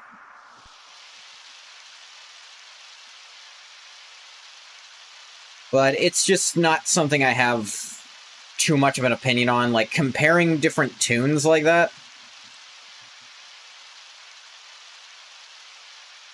Hey, for music with full lyrics in it, it's a bit different, because I can have very deep opinions, but for music by itself, I'm not very well versed in music theory. I can't really deep dive into why certain sounds would catch me or not. And I overthink things too much to really... I too much have to think about why I like things to have a big preference for something without a good reason. Whoop. Hey, Onion-san. Oh, did you hear? I got nothing else to talk about.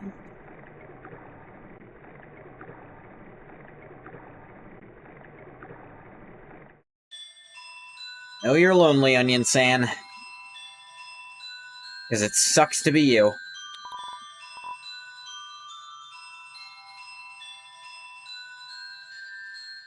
I'll tell you, walking around with the arrow keys is, taking its toll.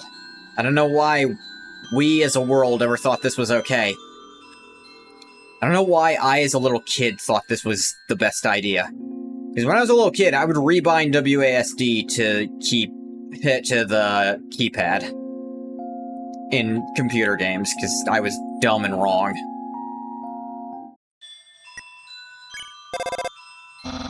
Watch your step! Undyne really cares about this grass for some reason. Are you watching? 3 gold for the ferry? Nah, later then. Just walk it. Oh, you used to do that too? I felt insane. Another harmless and very safe corridor. All thanks to me. You're still laughing over there.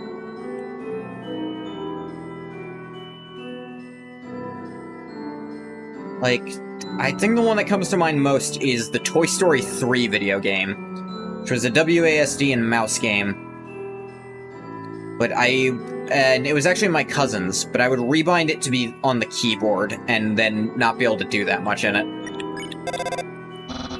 There are many ancient plaques here. Waterfall is practically a history museum, except with muscular seahorses. Hi.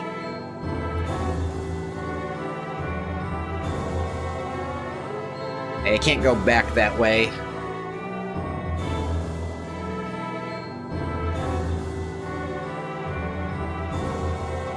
Oh, that's our little papyrus section done for now, I suppose. Maybe I could go back even more with the, river person, I guess? Meh.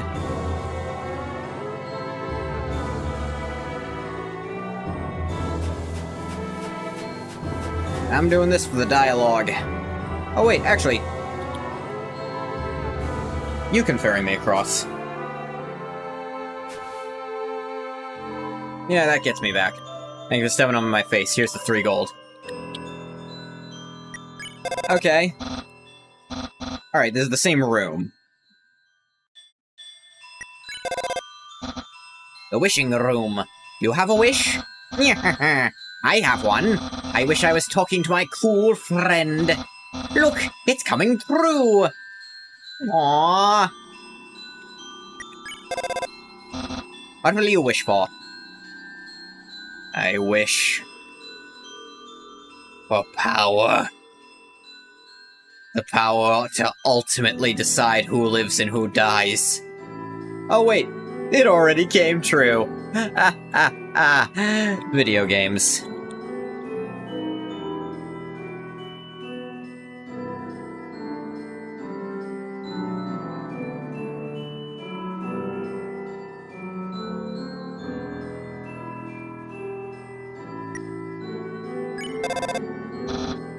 This puzzle. I've got it. Try to build a bridge with the bridge seeds. I'm helping. Virus. You sure are, buddy.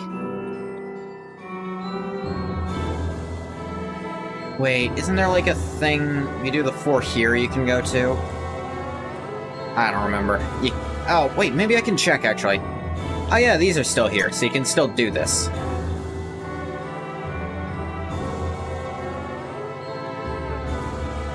Yeah.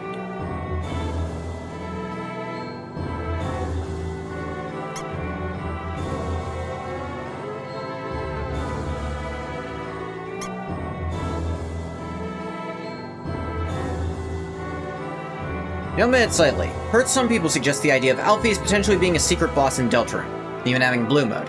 The idea being that the missed opportunity it's fulfilling is the Alphys boss fight we never got. Alphys as a character aside from Papyrus is associated with Sans in a way. Interesting idea, but not sure if I buy it. Yeah, the missed fight with Alphys always struck me more as Alphys simply isn't a combatant, and she's too chicken shit to even try. There's a lone quiche sitting underneath this bench. You take it? Got the abandoned quiche.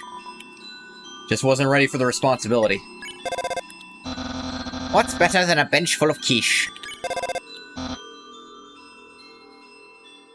Like, the Spamton Neophyte being a way for Toby to give, like, an actual Metaton Neophyte that he wanted to make, but kind of felt bad for not delivering on. That was cool. But Alphys is, like, not a character I felt an intense need to battle. Like, if anything, fighting Metaton is kind of fighting her, because that's her robotic creation. That is the peak of what she can physically do. Now, there is the, Determined Alphys fan game, where she injects herself with determination so you can't just one-shot her. And it's interesting, but, again, I don't really buy into it on her character. A bridge grows if you align 4 bridge seeds. That's sort of limited in usefulness. Why don't we have airplane seeds? Or phones that can turn into jetpacks. Funny you mention. Wowie, I had an awkward time in this room earlier. Good heavens, you weren't around to see it. You really didn't see it. I love that fact, and repeating it. Yeah, Pappy. Didn't see a thing. Never makes you happy, Pappy. Rocks? Must be one of Undyne's ingenious puzzles. You'd better be careful. Be wary of rocks. Could actually be one of Undyne's puzzles, just dodge rocks. Alright, back to where we started now. But where is the river person? I don't remember where they are, literally. Are they in Snowdin? Like, up in the upper region of Snowdin? Going on the things Alphys is capable of due to her powers, her monologue in the Queen Alphys ending, I do think Alphys would be potentially capable of killing the human through some means. Determination is her domain, after all. Yeah, she does have access to... Here's the thing. If Alphys was able to sick the amalgamates on you, there's not a damned thing that a genocidal human can do. The amalgamates are literally immortal. It's an AU called Dr. Megalo that touches on this idea. I saw a little bit of that. I haven't read that yet. I need to. Tra-la-la, I am the riverman. Or am I the river woman? It doesn't really matter. I love to ride in my boat. Would you care to join me? Yeah. Where will you go today? Hotland. Then we're off. Yeah, it lets me go. Going the wrong way. The river person is another very interesting character that I hope we get some kind of answer to. Pet, pet, pet. The next stretches infinitely into the cosmos. Don't worry about it. Don't worry, I already did that one anyway.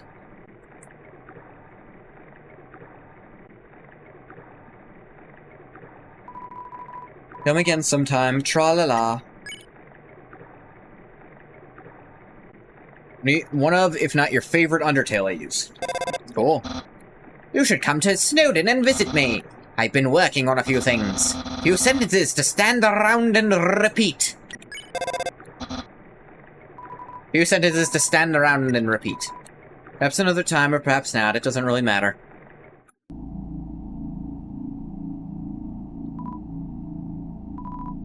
Sorry, Undyne, told us there was totally a human in the area. You jiggling like that, dude. So, us royal guards are blocking off the elevators for now? Yeah, even if the elevators aren't working anyway, we'll do our best, Miss Undyne. No way you're getting by us. But between you and me, I think you can go through that creepy lab over there. Between you, me, and my bro here, I mean. I tell him all my secrets. Hey, no loitering. Just kidding, I don't care. Loiter your heart out. What?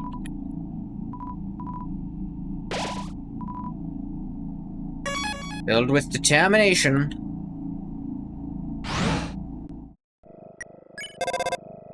Some strange interference. Yes, that is an actual picture of what's going on here. Which, sure, Tricky Tony took a long time to figure out how to do this. It's you? If I had to imagine, that might literally be a second background with only a head on it. That might be a second frisk that's just been... Or maybe it is actually just zoomed in on this spot. Too dark to see near the walls.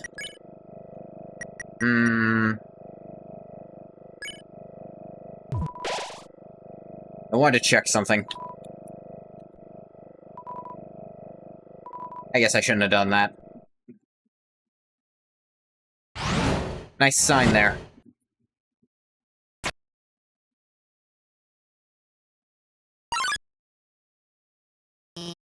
Oh, my God. I didn't expect you to show up so soon. I haven't showered. I'm barely dressed. It's all messy. Call correctly. Also, many different places you can find cameras hidden everywhere. So Alphys has been spying on them, at least since Snowdon. Yes, that is correct. And I found some in Snowdon.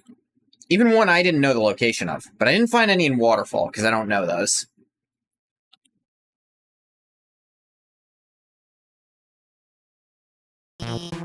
Hiya. I'm Dr. Alphys. I'm Asgore's royal scientist. Alphys is the third character who's keeping tabs on the human throughout the game. Her, Sans, and Flowey. Yeah? But, I'm not one of the bad guys. Actually, since you stepped out of the ruins, I've, been observing your journey through my console. Your fights, your friendships, everything. I was originally gonna stop you, but finding someone on the screen really makes you root for them. Funny how the three have a connection. Yeah, that's a connection that gets a lot of fan content forgets. To be fair, it's actually kind of hard to find that dialogue of Alphys and Sans apparently already know each other. It actually is quite difficult to find that dialogue if you don't know where to look. Because it's only in, the playable portion of the epilogue. So, now I want to help you. Using my knowledge, I can easily guide you through Hotland. I know a way right to Asgore's castle, no problem. Well, actually, it's just a tiny issue. A long time ago, I made a robot named Metaton. Originally, I built him to be an entertainment robot. Like a robotic TV star or something. Anyway, recently I decided to make him more useful. Just some small practical adjustments. Like, anti-human combat features. She even says so herself? Of course, when I saw you coming, I immediately decided I have to remove those features. Unfortunately, I may have made a teensy mistake while doing so. And, now he's an unstoppable killing machine with a thirst for human blood. But, hopefully we won't run into him. Let's hope. That's not an encouraging sound. You hear something?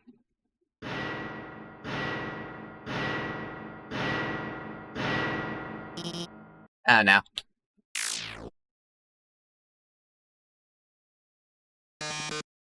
Oh, yes. Fucking Kool-Aid Man? Welcome, beauties! Yeah, he's the goddamn Kool-Aid Man.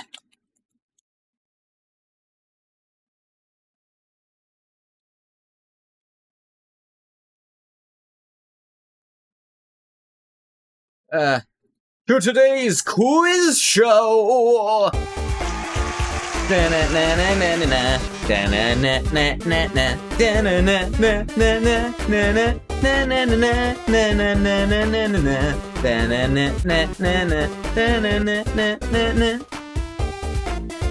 want to turn on some lights? Darker, yeah, darker. Then there'll be a dark fountain in my room. Then what will I do? I'll go on a fun adventure.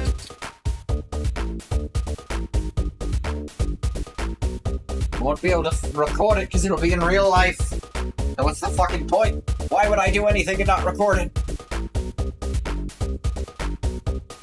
Okay. Two scientists, one who studied determination, Alfies, one who studied timelines, Sans, creation that merges both fields and puts them into practice, Flowey. Oh boy, I can already tell it's gonna be a great show! Everyone give a big hand for our wonderful contestant! What are these rainbows? Never played before, gorgeous? No problem, it's simple! There's only one rule. Answer correctly, or you die! Metaton attacks.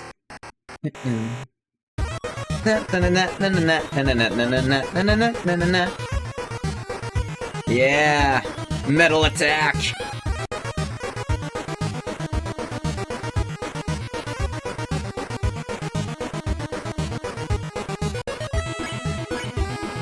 Check.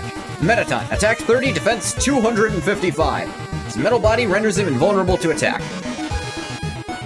That's interesting. Another character who's completely immune to being attacked. Let's start with an easy one. What's the prize for answering correctly? More questions, obviously. So fun fact, the first time I played this, I didn't realize Alfies was giving hints in the corner there. Quiz show continues. Here's your terrific prize! What's the king's full name? The first few you can get just by paying attention, like Asgore Dreamer. Correct!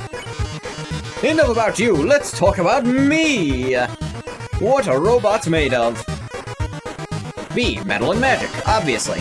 But hopes and dreams, snips and snails, and puppy dog tails are also answers. You can't answer wrong all you want, and you won't die here. Here's another easy one for you. Two trains, train A and B, simultaneously depart station... Yeah, that one you need Undyne, Alfies for. Metaton is not the first instance of Alfies making a potentially immortal entity. Not even the second. To be fair, that's only a theory. That is not there is an equal theory that that happened naturally. The one you're talking about. Because Undyne is a very determined monster. It's possible she produced her own determination to make that happen. Because it is said that she is a very determined entity. If you're talking about Undyne the Undying. If you're not, I have no idea what you're referring to. We're talking about Undyne.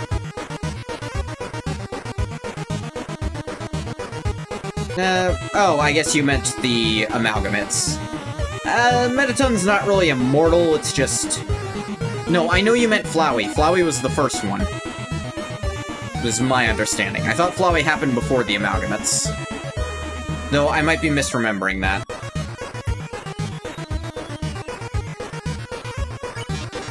Don't count on your victory. How many flies are in this jar? Yeah, you need Alfies for these ones. Or to be really good at guessing. Let's play memory game. What monster is this? It's Metaton. Here he's actually tricking you. I'm so flattered you remembered. But can you get this one?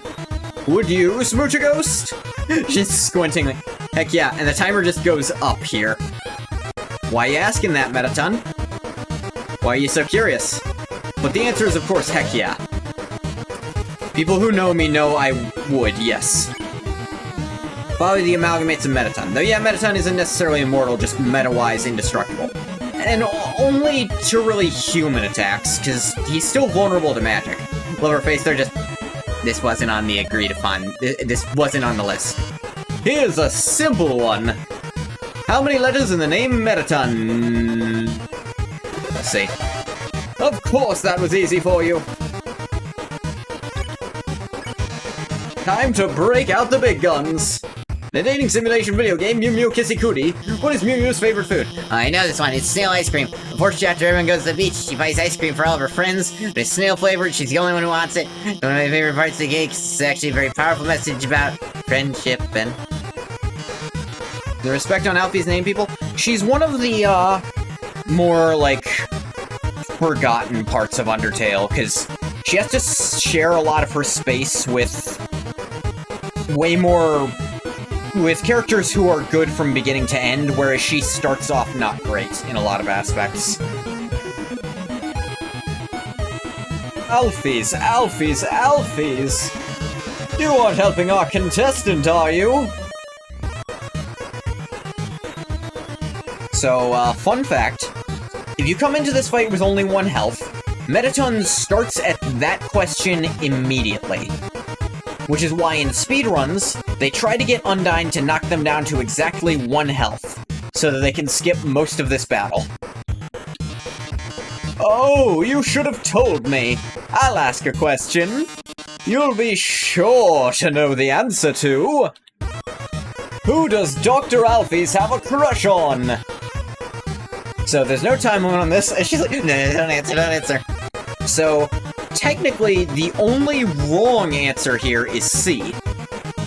No, she does not have a crush on this 6-year-old. Don't know? Correct! She has a crush on the unknown, that potential anybody, nobody. Asgore. Yes, she does canonically have a crush on Asgore. People forget about that part, because they almost always go to the correct est answer, Undyne. See, Alfies, I told you it was obvious. Like, Undyne, we know, like, see, Alfies, I told you. Even the human figured it out. Yes, she scrawls her name in the margins of her notes. She names programming variables after her. She even writes stories of them together. Sharing a domestic life. Probability of crush, 101%. Alfies is bi? Yep. It's very common in every fandom, bi erasure. Though to be fair, Undyne is so obviously the answer, I wouldn't be surprised a lot of people just didn't see the Asgore one. And even don't know still lets you off the hook. Metaton actually doesn't punish you for saying human, he's like, well, I understand why you think that, because she has been watching you obsessively for, like, hours at this point, but no, that's not correlated. And she looks a little pissed at you for thinking it. Margin of error, 1%. So there's a chance there's 102% that she has a crush. Well, well, well. Oh no. Says I'm 102% African. With a 2% margin of error. Oh no, this can't be. The fact that goes to the wayside a bit, because Alfie's getting shipped with Undyne does happen in game, but yeah, bi erasure. Well, well, well. What with Dr. Alfie's helping you? She also does get a little bit of a crush on Toriel, too. She could be attracted to people and still be faithful. The show has no dramatic tension. We can't go on like this. But, this was just the pilot episode.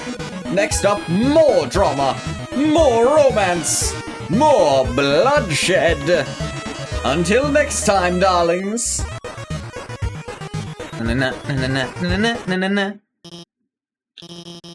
That was certainly something.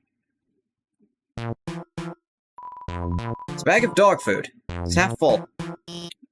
Wait. Let me give you my phone number. Then, maybe you need help. I could... What? Where'd you get that phone? It's ancient. It doesn't even have texting. Oh, wait a second, please. So, to show what a mechanical genius Alphys is, not only did she make that robot we're fighting, maybe not program it, she upgraded the phone to have texting and an internet connection, and access to an interdimensional box in the span of about 4 seconds. You can do texting items, it's got a keychain, and it signed you up for the Underground's #1 social network. Now we're officially friends. It's 3 seconds. Yeah. I'm going to the bathroom. With some respect to her name, yet she is a veritable genius. Fridge is filled with instant noodles and soda. Take a package of noodles. Take it. You got the instant noodles. Notice how Frisk doesn't even acknowledge trying to take the soda. There's one other instance somewhere in the game, I don't know where it is. Frisk apparently just doesn't like soda. It's weird. Space behind the wall is only a few feet wide. Weird. How'd they bust in then? It's a bathroom sign. 4 little Alphys. Yellow feet are tapping just behind the door. A lab? My brother would love that! He loves science fiction! Especially when it's real! Wait, that bag of dog food looks familiar. I remember seeing it. In Sans' room? Yeah, I asked him why he had it. He told me he was trying to eat healthier. Scientific books seem very dusty. Yeah, sometimes dust is just dust. Put some respect on Alphys' name, even if she is a weird loser. She is. All these books are labeled Human History. Read one. Look inside a book. It's a comic of a giant robot fighting a beautiful alien princess. This doesn't strike you as very accurate.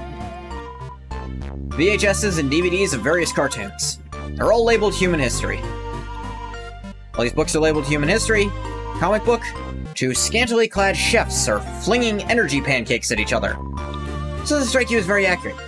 Another cool aspect of Sans' character, not only that he's genuinely interested in science stuff and astronomy, but the Papyrus also knows it too. That is a thing I think the fandom got a little wrong in a lot of places, or I'd say the fandom as a whole, is that Papyrus is they think that Papyrus is largely unaware of Sans' eccentricities. I don't think he is.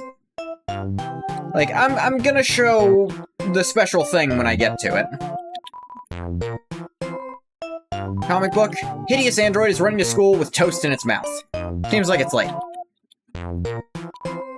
Pink goop drips from this strange machine.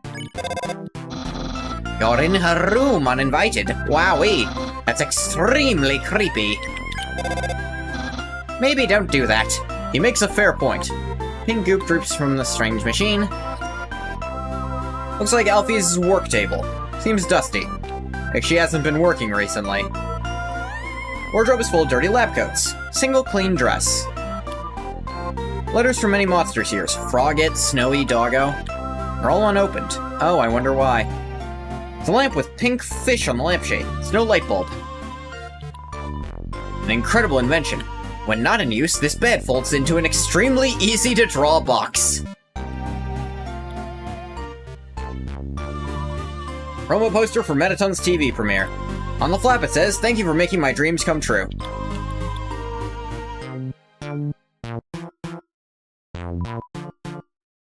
Video feed of your location. Garbage can, but it's pretty cute. It's garbage can, not garbage can't. Dr. Megalo also touches on that aspect on Papyrus in an interesting way too. I was disappointed Sans doesn't talk about his science love and just defaults to lame jokes, like Sans just resigned to his role. Yeah, I'll have to read that. Alphys update status. Just realized I didn't watch Undyne fight the human. Yeah, that explains to the player and opens up for the player why, if you killed Undyne, she's still doing this. Hotland, huh? I know it like the back of my hand. Which, since I'm always wearing gloves, I don't know anything about. My knowledge quantity is stagnant.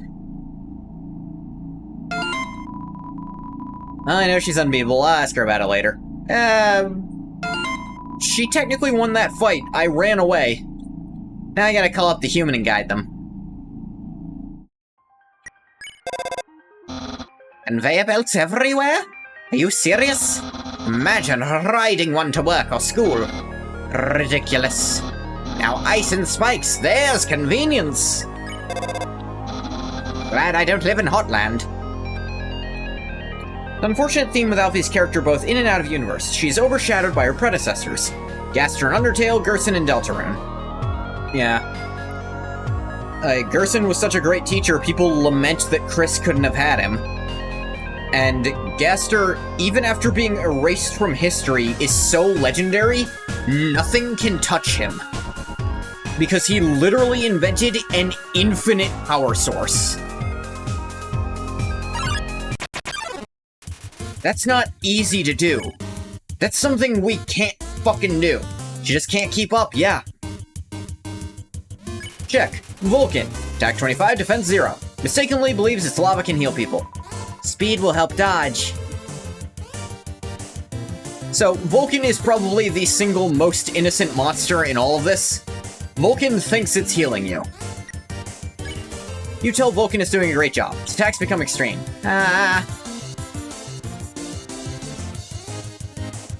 Probably shouldn't have done that. Parades around you proudly. Oh, but you can't spare it from that.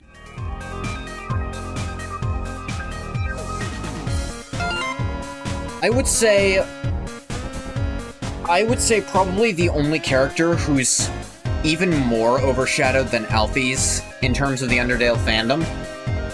And that's why in my own right, like, I'll admit, I wrote an Undertale AU, I've never shared it before. But, I want you to guess what character I made so central to it. I'd like to hear what you imagine, because it's the character who I think gets so little attention despite how deep they actually are, and how much they actually tie into everything. As you know, potentially pioneered an entirely new source of power that can warp reality and became akin to a god even beyond that of a 7-human soul-powered monster. Possibly. I don't know if Gaster's power necessarily translates to combat ability so much as understanding how everything works and therefore not having to follow the rules of combat anymore. Gonna call them in a minute.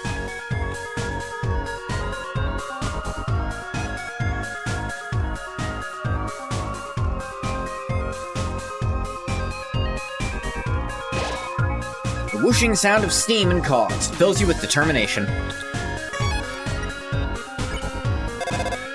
Ring ring. Steam vents? Wow, that sounds awful. What if you're wearing a dress? Asgore? Got it in one. Glad I don't live in Hotland. Not Napstablook. Napstablook is central to a lot of side characters, but I feel like he gets the appropriate amount of attention for what he is. He's usually tied onto said side characters. Like, if there's something that's focusing on Metaton, they're gonna bring up Napstablook 9 times out of 10. I think that is the appropriate level of attention for him to get. But Asgore just disappears from stuff. Hey, using the phone, I don't want to do this now. Yeah, I understand, Alphys. I hate calling people as well, but, like, Tsundere Plane gets in the way. Hey, not on purpose or anything. Check. Attack defense. Attack 25, defense 26. Seems mean, but does it secretly like you? No way, why would I like you? Yeah. Yeah, I forgot her patterns are pretty busted. Get close to Tsundere Plane, but not too close. You human? You got in one. Asgore is a deep and complex character. Oh, that's awesome, actually. I forgot it did this. Shakes his nose dismissively at you. Beyond him just being nice. Dude has some layers and some issues. And on top of that, he's more in the know of things than you think he is. Than a lot of the fandoms thought he was. Tell Tsundere Plane, it has nice turbines. Huh? You sicko. Owie. looks over, then turns up its nose.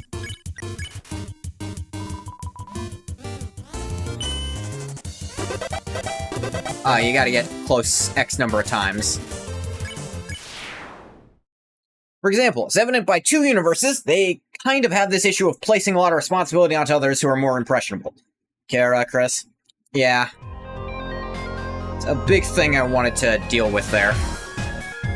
I actually had, like, a big scene in my head. Vasgor, man. May or may not know about resets as a concept. He knows... No, here's the thing. I think he for sure knows. Two reasons. Well, the first reason is that apparently all of the humans have been able to, you know, reload, but none of them could get past him because they didn't have an infinite source of determination, the player. Like, it's worth noting, even Flowey could never get past Asgore, no matter how hard he tried. Flowey literally couldn't do it. Asgore is not to be underestimated, and Asgore is holding back in the fight against this human more than any other fight, it's implied, because he's so terrified of actually igniting the last war. And of course, when you tell him that he's killed you before, he nods. He's not surprised. And that implies to me, if nothing else, the other humans tried that too. Tried telling Asgore, you've already killed me before. But I think it's equally possible that if the other scientists, like Sans knew, if he was working for the royal family, he would have told the king in charge. Now, Toriel doesn't seem to know, and that's normal. But she does have a bit of an inkling.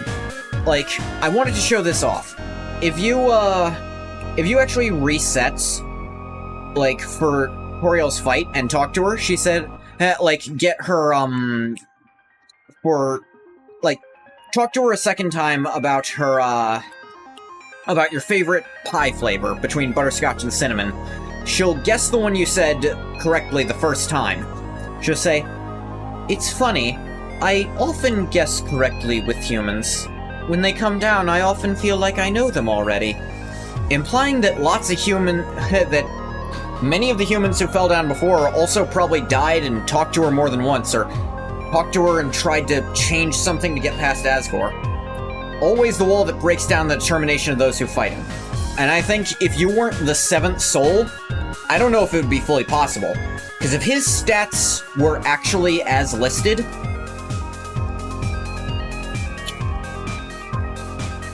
like, his defense stat as listed is 80.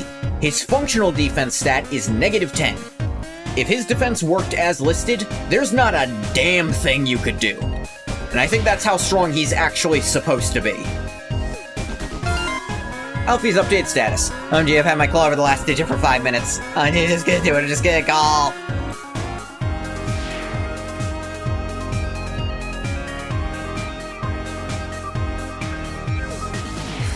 And here we have probably the best weapon for our run. Not that I have it. You know what? We'll do this. Eat the instant noodles. Your HP was maxed out. I don't want to do the joke of having to do it all the time. It's really annoying, actually. Burnt Pan. Weapon attack 10. Damage is rather consistent. Consumable items heal 4 HP more.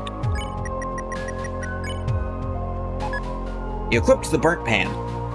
Basically the Whitebeard of Undertale. He's only nerfed by emotional state, otherwise he'd probably be the strongest thing in the verse that's not a human. I'd say the only thing stronger than him is the person who has his exact same stats but has beaten him in fights, but we see beat him in a fight, and that would be Toriel. I genuinely think Toriel is just straight up even stronger than him. She's just holding back even more because it's supposed to be a test.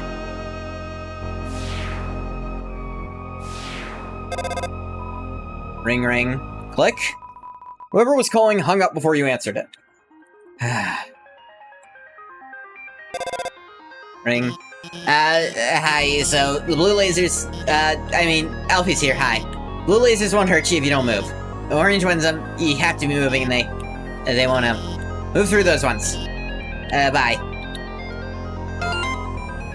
Oh gee, I did it. Last time I showed like this, and Sunday called me to ask about the weather. Updated status. Wait, there's no weather down here. Why did she call me? Alphys. Ignorant little girl. Not even that little. Ah! Oh, yeah, it's actually fine. You can just stay still. Mostly. Yeah. Switch. Press. Alphys updated status. Oh my god, I forgot to tell them where to go. The idea of Toriel finding out about the meta aspects of Undertale, like saving, is an interesting idea you want to see more of. Mostly to see how someone with her habits of avoiding strife handles that. That's something I've had the idea of, but it's so difficult to write because we know so little about how she might react. Like, yeah, it's tricky. Keep picking me right now. Pose a picture. Photo of a garbage can with several pink glittery filters over it. It's a decent joke, Alphys. Alphys here. The northern door will stay locked until you solve the puzzles on the right and left. I think you go to the right first. Sure, why not?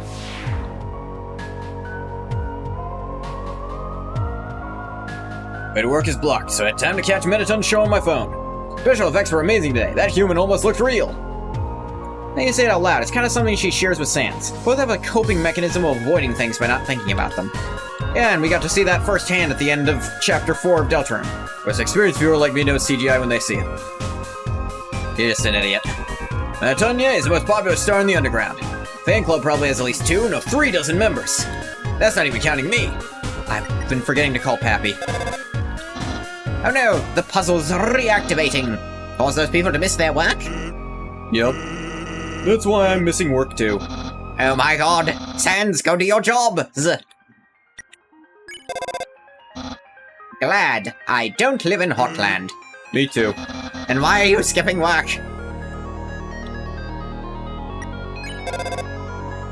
No response here. Alright, in places where you can get a call, it's often you can't make calls. Orange lasers and blue lasers, huh? Just keep in mind what the colors mean. Blue means jump, and orange means you'll smell like oranges. That's what I remember.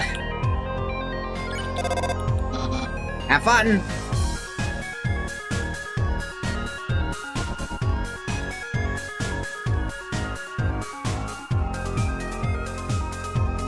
Yeah, like I was saying, in a game mode where you're not attacking, that is the best ability. Although the Torn Notebook is also pretty good. Steam vents? Wow, that sounds awful. You're wearing a dress. Okay, got that one. Another reason you want Toriel to eventually find out about the Dark Worlds. And more importantly, Chris's whole situation with the Knight. I want for her to have a moment of reflection where she kind of grapples in how oblivious to the whole thing and Chris's issue she was, her and Asgore. I would like that too.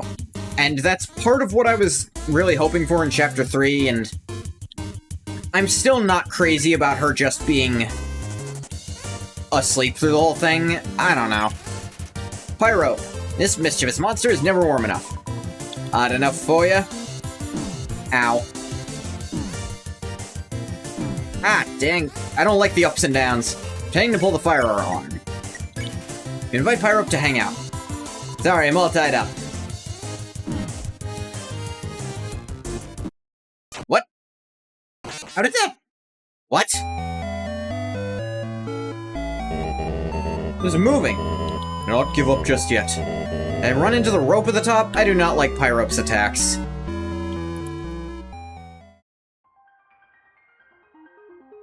They blag me. Wait, I'm down here again. This is when we never got any development from Toriel in the Chapter 3 Dark World. That's what I and a lot of people thought would happen. Yeah, it's... Senderi Plain.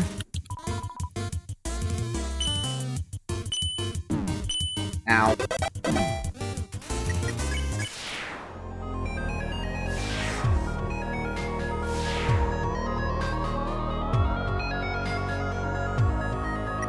Like, even if they wanted to have her write it off as a dream when she woke up, I'd still prefer that. No response. Okay.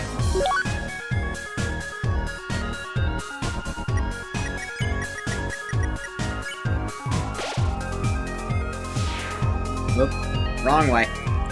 In a way, Toriel literally sleeping through all of Chapter 3 and being oblivious to the strife Chris and Susie go through in Chapter 4 kinda goes along with the theme in Deltarune. The adults being unaware and unhelpful to the plight of teens. Yeah, it thematically works. I just... Maybe I should keep the notebook on. Because then if I get hit, it's not guaranteed to run into another one, but the pan gives you all that healing.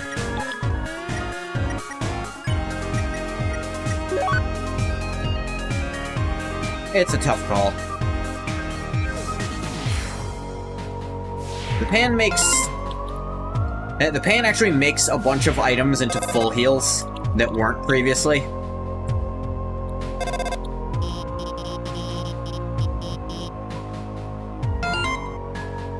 Yep.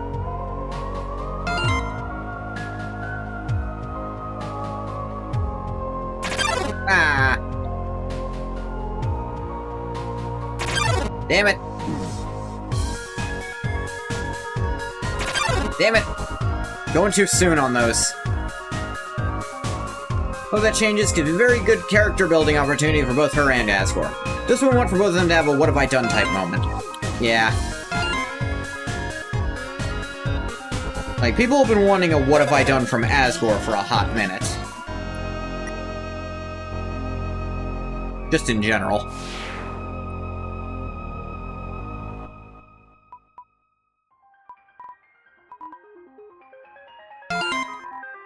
Wonder if it would be unfun if I explained the puzzle. It would, yes. Door leading through the area is closed, so I tried the puzzle.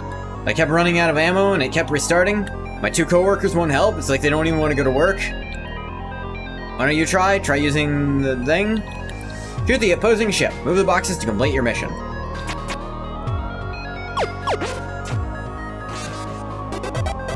Yeah, it's not hard. At least that one isn't.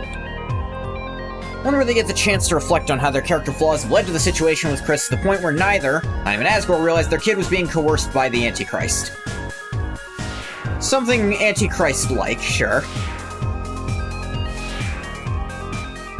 Damn it, my little problem with this is because you kinda... You're standing under it like this, you can't see where it's facing. That's a little issue. Alvy's here. That blue laser seems totally impassable. But, real scientist, I have some tricks on my sleeve. I'll hack into the Hotland laser database to take it out. You mean you'll just turn it off for me because it's your own computer? Oop, forgot. They actually do put your most recently called at the top, so for most people, Dimensional Box is what you want to call first. It's important to stay in school. A real teacher would never accept deadly lasers as an excuse. I feel like that could. Glad I don't live in Hotland. Finally, someone turned off that laser. Now we're free, we can... I guess we'll just keep standing here. Huh? Nice try, but your loitering technique still needs work. We're hanging out when suddenly a bunch of puzzles reactivated out of nowhere. This is a huge problem. The rules! They gotta cancel school over this. Wait a second. Ah, it's summer vacation. Stupid kids.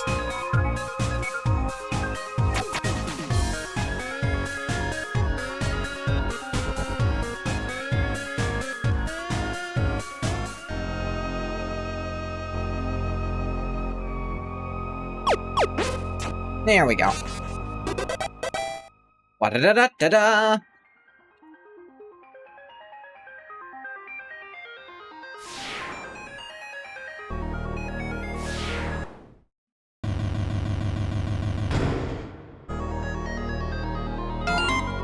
Alvy's update status. Whatever, I'll just explain it. I think, about the puzzles on the left and right. A bit difficult to explain, but... You already used to solve them. The thing with Tori and Asgore and Undertale is that they never really get the opportunity to engage with the meta aspect that you go through, in order to reflect on the situation with Flowey and Kara and how their, but mostly Asgore's, upbringing of them led to the situation with Flowey happening. I mean, I don't think it's fair to put that all on Asgore. But I do also think Asgore held some responsibility because of how he talked about it.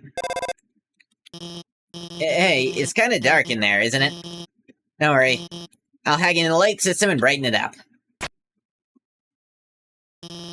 Oh no. Oh, yes.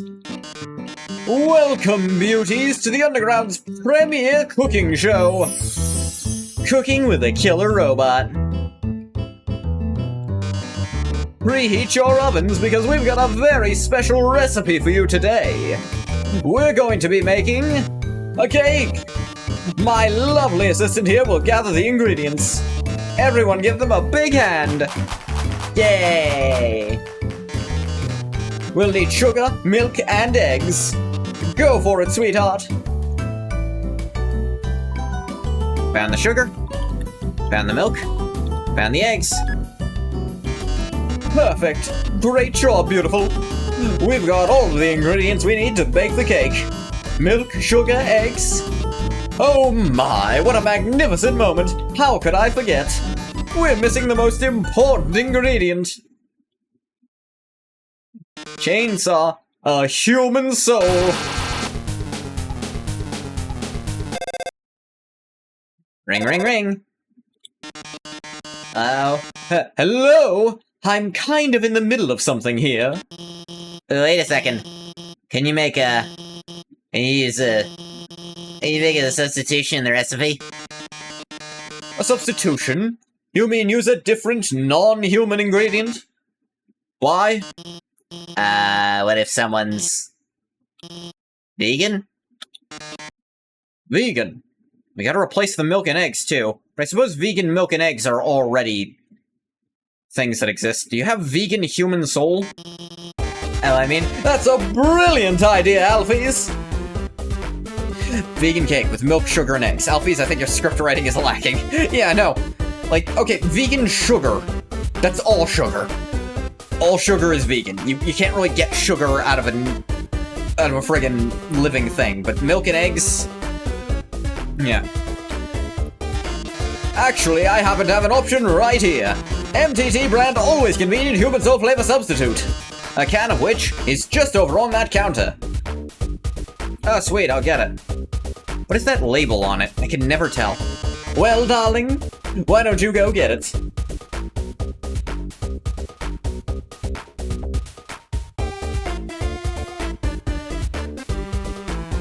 Na na na, banana na na na. By the way, our show runs on a strict schedule. If you can't get the can in the next 1 minute, we'll just have to go back to the original plan. So, better start climbing, beautiful. Oh no, there's not enough time to climb up. Fortunately, I might have a plan. As upgrading your phone, I had a few features. See that huge button that says jetpack? Yeah, I was wondering what it does. Watch this. That's what the phone looks like? And then it turns into a jetpack? There. You should have just enough fuel to reach the top. Now get up there.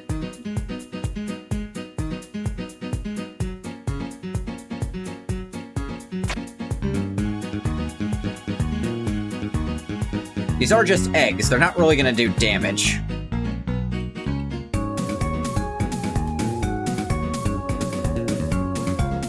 This is just milk.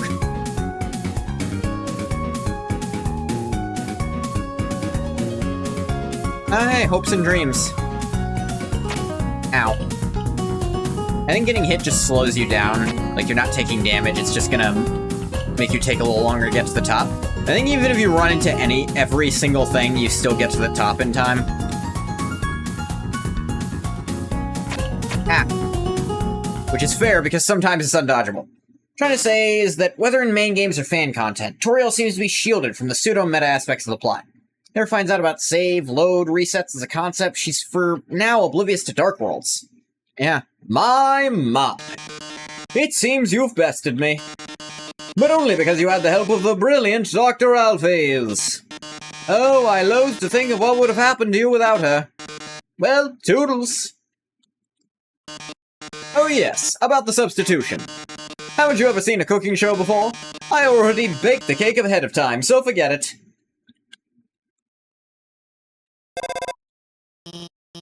Ollie, you did it. You really did it. Great job out there, team. Well, anyway, let's keep heading forward. Look, Alphys, I appreciate on paper what you're trying to do here, but, Specifically regular-sized sink. Damn.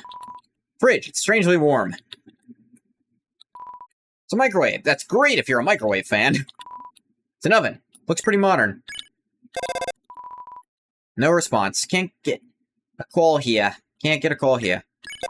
I heard you got to meet Mettaton. He's my favorite sexy rectangle. And that alone launched that entire ship.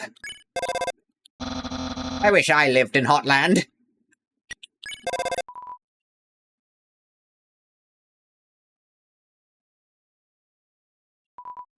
Glued to the table. No response. Ominous structure looms in the distance, filled with determination. Did you see that building in the distance? Yes. That's the core. Source of all power for the underground. Converts geothermal energy into magical energy by... anyway, that's where we're going to. The core is an elevator directly to Asgore's castle. And from there, you can go home.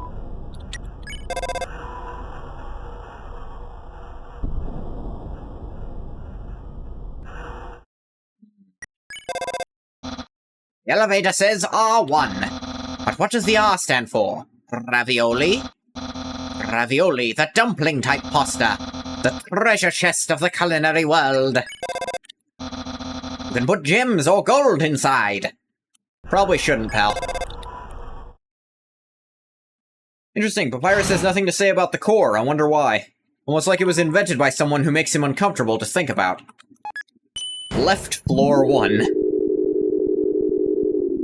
It's an omnidirectional elevator. The elevator says L1. What does the L stand for? Linguini? Linguini, the flat pasta. Can also be used to tie up presents. The flatness makes a nice ribbon. I think fettuccine would be better for that than linguine, frankly.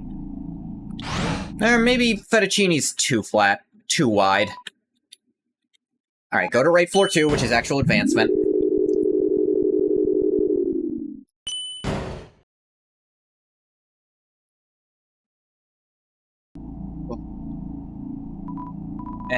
I'm Heat's Flame Man. Remember my name. Okay. The elevator says R2. What does the R stand for? Rigatoni? The tube-shaped pasta. In a pinch, it can be used as a straw. You need to drink a cup of sauce. I believe it. I love hot dogs. Hey, isn't it weird there's snow on that guy's roof? Kid is just too lazy to clean it off. Let's see how that matches. Toasty bun. What? My brother's actually at his station, but somehow he's selling hot dogs instead. Slacking off by doing work. Truly, my brother is a master.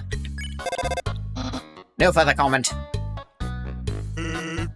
Hey, buddy, what's up? Wanna buy a hot dog? It's only 30 gold. Sure. Hey, Skid, here's your dog. Teleport the entire station to Hotland? Yeah, dog. Apostrophe dog. Short for hot dog. Hot dog? Hot dog. Heals 20 HP. The meat is made of something called a water sausage.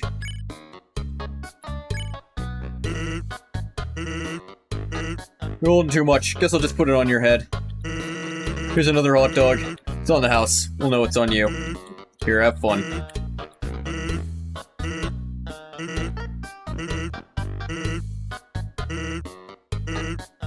You can tell Sans is enjoying this.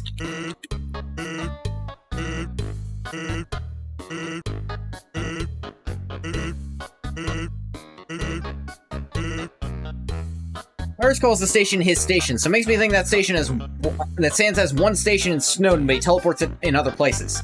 Maybe.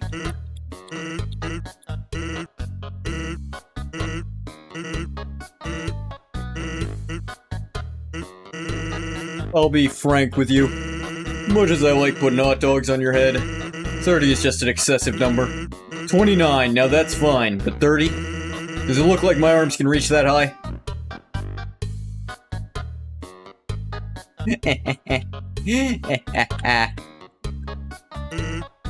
And then he'll just restart if you drop them all. I love it.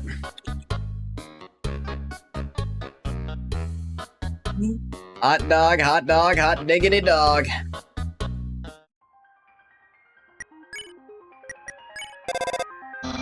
Papyrus? Who is that? This is Cool Skeleton 95. Sorry, can't talk. I'm busy being popular online. Need more Sans and Susie banter in Chapter 5, more rage baiting? Hey, I love the fan concept that if he's the secret boss for Ralsei, that he gets Ralsei in by literally rage baiting him into a fight. Only kidding, you have been had. It was Papyrus playing a simple gentleman's ruse. Sans has to get his get dunked on catchphrase from somewhere. That'd be pretty good, actually. Wink. You can see me winking, right? Yes, actually. Love that concept, too. It's a really good one. Dinner. Posted a picture. Dinner with the girlfriend. It's a picture of a cat girl figurine next to a bowl of instant noodles. I hope she's doing that, ironically. Cool Skeleton 95 posted a picture. Are we posting hot pics? Here is me and my cool friend. It's a picture of Papyrus flexing in front of a mirror. He's wearing sunglasses. Giant muscular biceps are pasted onto his arms. The biceps are also wearing sunglasses. Never change, Pappy baby. Never change. You blow on Pyro. His flames die down. Pyro's attack dropped. Brr, what's the deal? I want to take damage, you shit. Yeah. Yeah. Pretending to be a candle.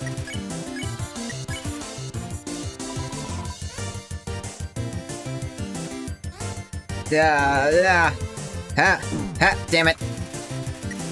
Protected by its winsome smile.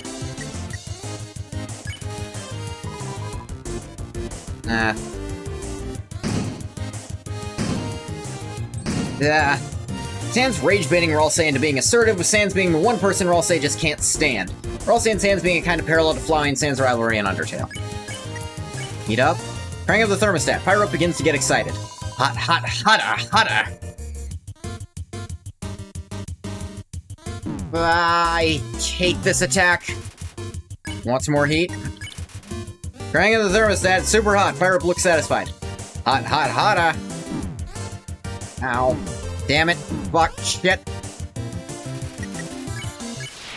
Get out of here. Yeah, I do not like that fight. Oh, Cool Skeleton 95. It's a joke, right? The only joke here is how strong my muscles are.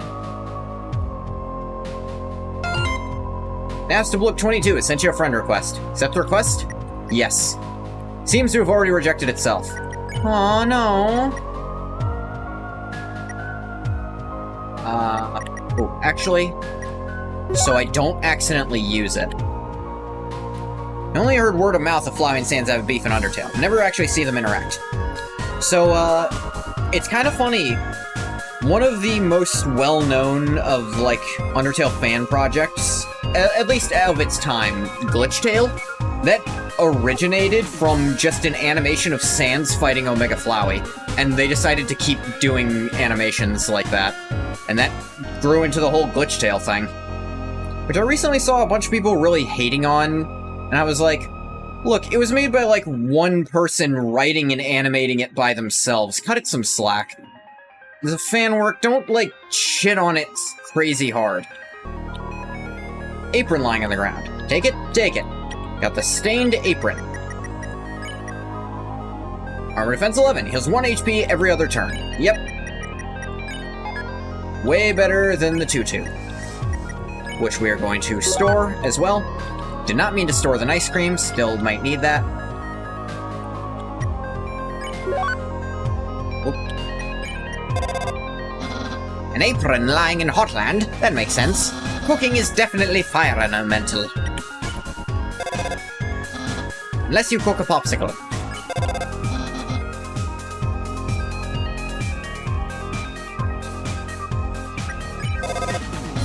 What?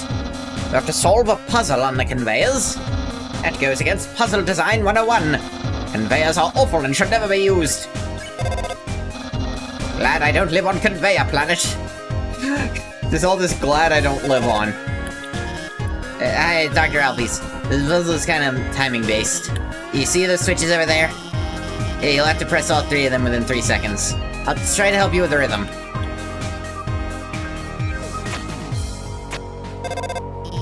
Okay, now press the 3rd one.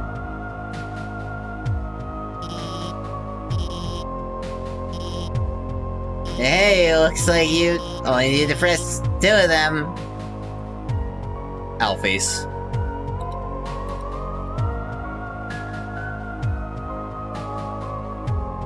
I'm not mad, I'm just disappointed.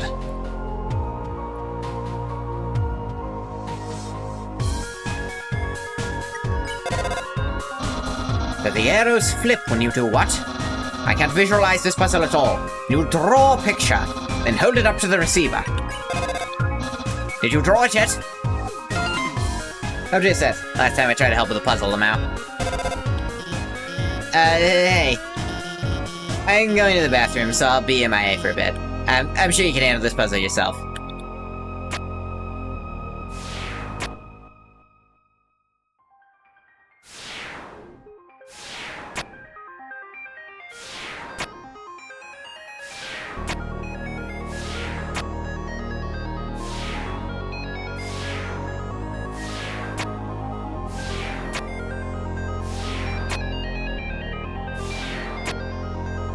Alright, I remember now. You gotta do it like this.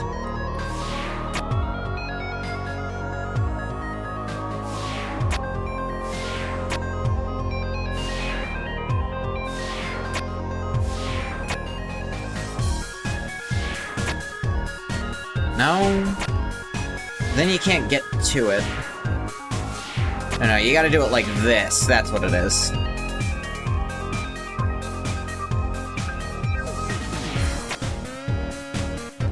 No, what am I doing?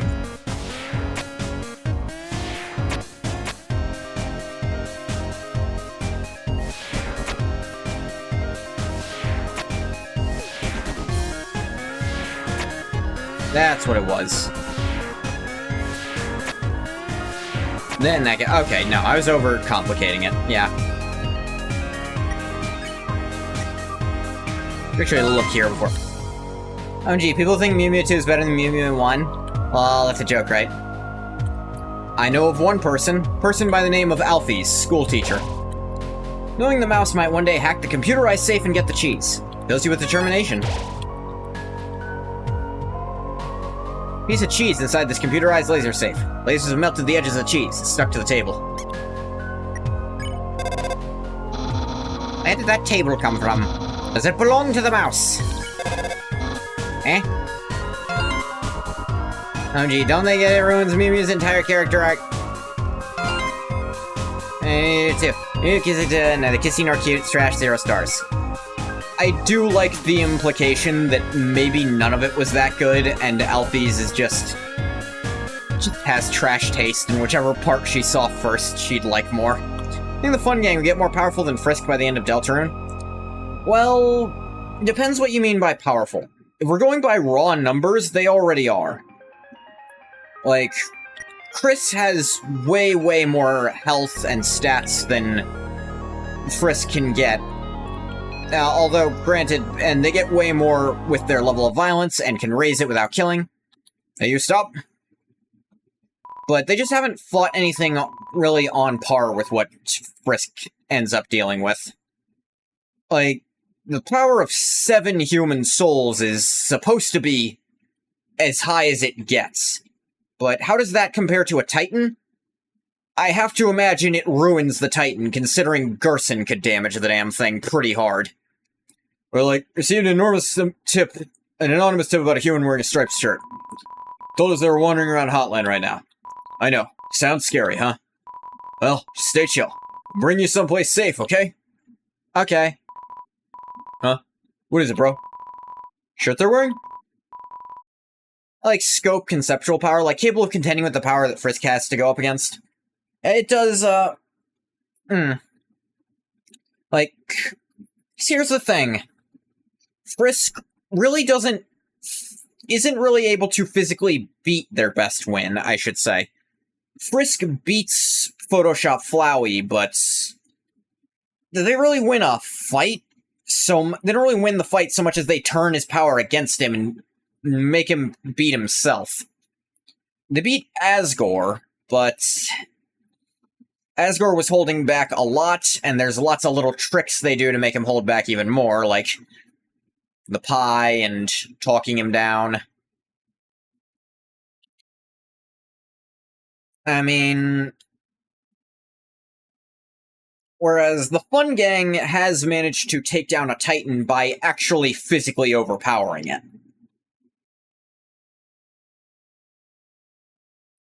I mean, if we're to understand Gerson as still not being as strong as Undyne the Undying, that says a lot still for where a genocide Frisk could be on that power scaling.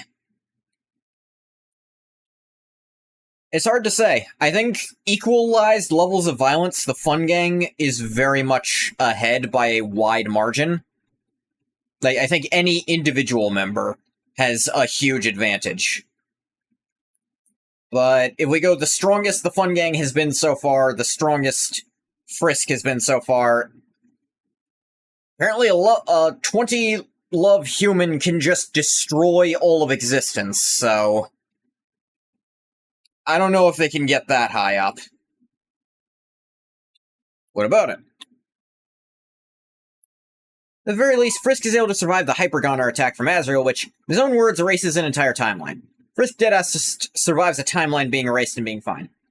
The question about that is that Frisk's power, or is that you, the player's power? And also, I think that's Azrael blowing smoke. You know, I don't think we should take that at face value. He is a kid playing pretend by that point. I mean, he's never tested that. Now, can he do that? Probably. Can he erase timelines? Seems so. Bro, are you thinking what I'm thinking? Bummer, this is, like, mega embarrassing. We, like, actually totally have to kill you and stuff? Royal Guard attacks. RGO1, attack 30, defense 20. Royal Guard member with shining polished armor. Like, team attack. Team attack.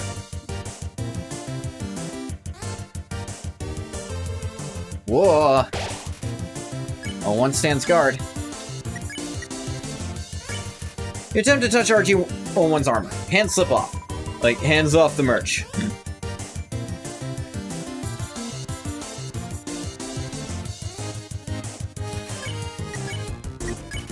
You clean RG-02's armor. Its cooling dirt begins to wash away. Like, you're dead and all? Getting warmer. Just stay in that for a while. Can't take it. Armor too hot. Closing you see to that happening is a Fun Gang go against Gaster.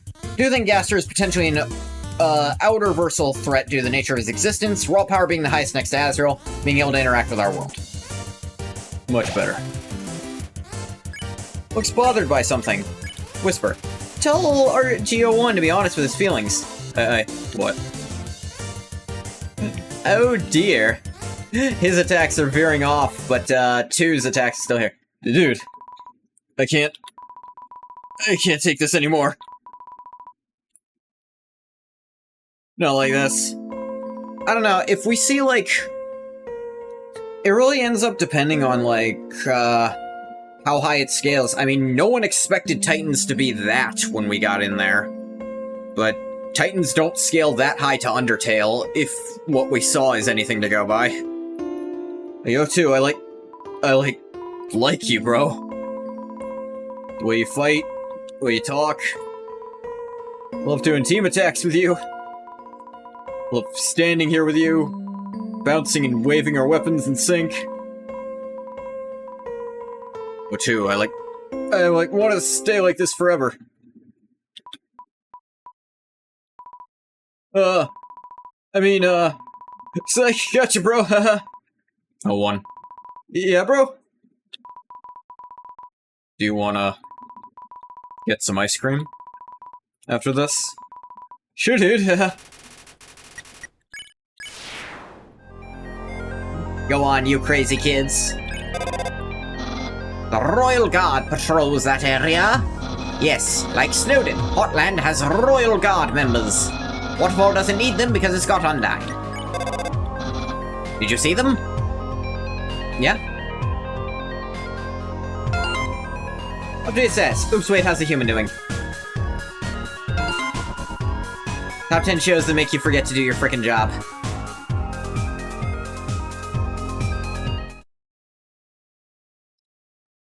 Oh dear.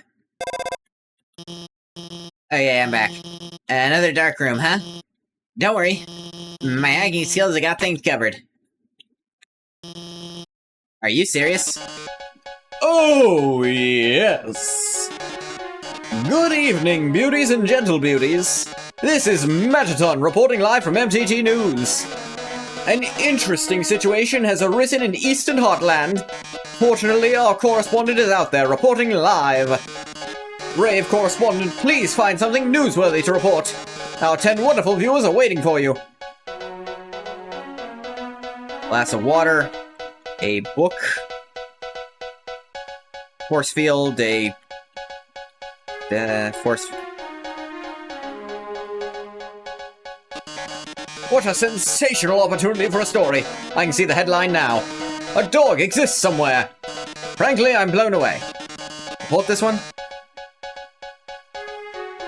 Metaton, you gotta have fluff pieces, you know you do. Attention viewers, our correspondent has found a dog. Cue audience alls. That's right, folks. It's the feel-good story of the year. Come on, I handed this to you, Metaton. Look at its little ears, tiny paws, fluffy tail. Wait a second.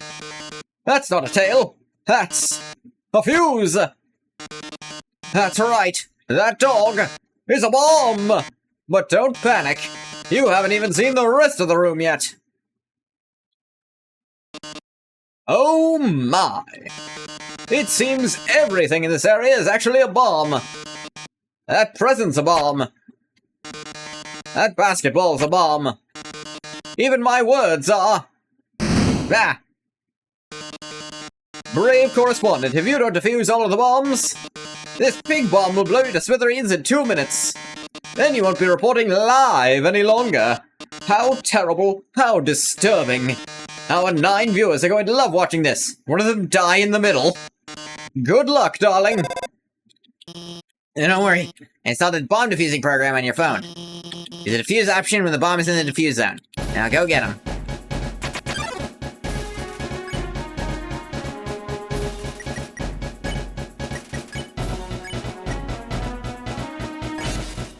Dog defused. Oh wait, the text box explode. Hey Doc, keep heading around the room. Study over the one in the bottom left next. There isn't one in the bottom left next. You mean all the way down here?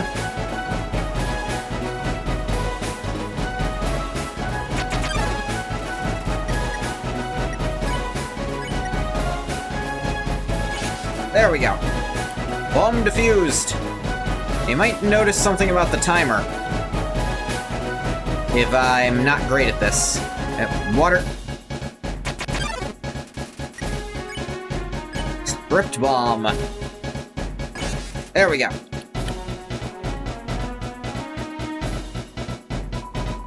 As per journalism standards, a death force field surrounds the area of intrigue.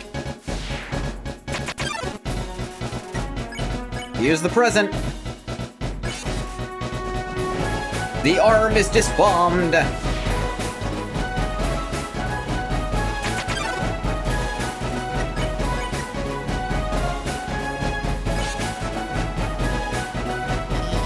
Great job. Head to the center. I'm using EM fields to chart the glass of water there. EM fields? Extremely agile glass of water. Aim for diffuse zone. Swish. Notice how the timer stopped at 9? It's going way slower now. 8. Well done, darling. You've deactivated all of the bombs. If you didn't deactivate them, the big bomb would have exploded in 2 minutes. Now it won't explode in 2 minutes. Instead, it'll explode in 2 seconds. Goodbye, darling. It's kind of not doing that. Ah. It seems the bomb isn't going off. That's because you were monologuing. I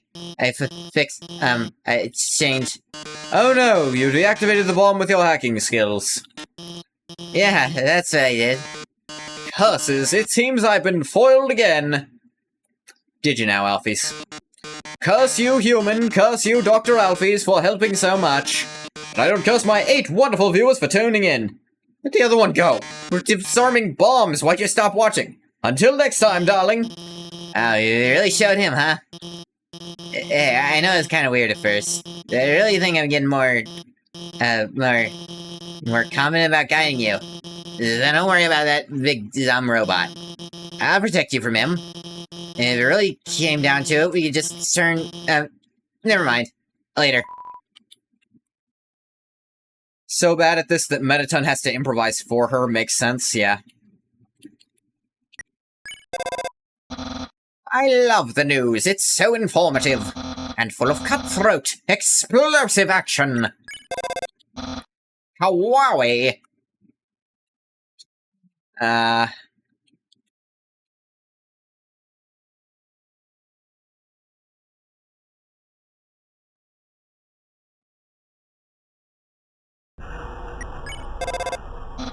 The core. You're getting closer. Aww. It's very sad because this means his only friend's gonna leave. It's okay, Pappy. I noticed you've been kind of quiet. Are you worried about meeting Asgore? Extremely, but that's not why I've been quiet. Also, I've been talking to people, you just can't hear me, Alphys. Well, don't worry, okay? The king is a really nice guy. Sure, you can talk to him, and with your human soul, you can pass through the barrier. So no worrying, okay? You just forget about it and smile. Alphys, you know you're lying. The elevator says L2. What does the L stand for? Lasagna? I hope not. Don't make lasagna anymore. That gluttonous dog always eats it first. First my bones, and now this. Then it retreats into a shallow blue box. Covers itself with a blanket and sleeps. Also, significant, Alphys is pretty much faking her character development for this arc. In that she thinks it's supposed to go. Because her actual character development doesn't get cemented until later. Yep. She's doing what she thinks works, and it's really not. Because most players by this point are getting a little suspicious. Elevator says L3, but what does the L stand for? Lumaconi? That's the snail-shaped pasta. Sans bought some recently. He'll probably fill them with hot dogs and slime. He does produce slime like a snail. Hey, maybe he'll share some with you. Maybe. Welcome to our parlor, dearie. Interested in some spider pastries? All proceeds go to real spiders. Looks like some sort of powerful bracelet. Wait, it's just a croissant. Spider bake sale. All proceeds go to real spiders. Spider donut for that much? Can't afford it. Spider cider for that much? Can't afford it. I ended up buying a donut. I didn't want to, but that girl, even though I told her no, she kept staring at me this creepy way and looking at her lips. Now I'm out of cash. Now, Muffet is a character the fandom doesn't give a lot of attention to, but it's mainly because she amounts to a couple of gags, and she was a fan design.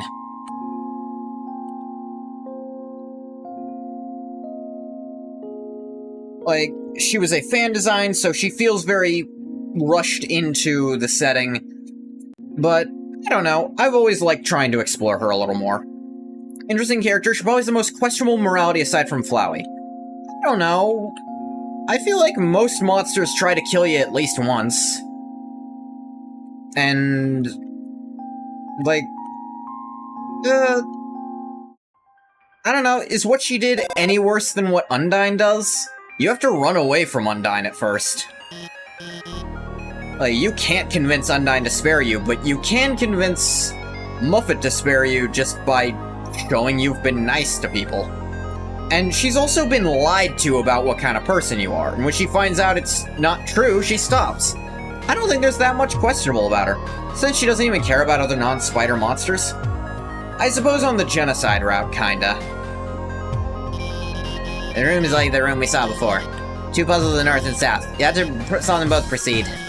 Also, I'd like to say, I don't really like giving away puzzle solutions. If you need help, just call me, okay? Actually, wait, I have an idea. We'll be friends on Undernet. Then you can just ping me when you need help. Alphys. Wait, we're already friends, aren't we? I signed you up, didn't I? You've been reading my posts the whole time. Well, I hope you agree with me about Mew Mew too. Never seen it, never going to. It might sound weird that spiders need donations, but think about it. They have 8 feet. That's 4 pairs of shoes. A spider wearing 4 pairs of pink booties. Meditate on this image.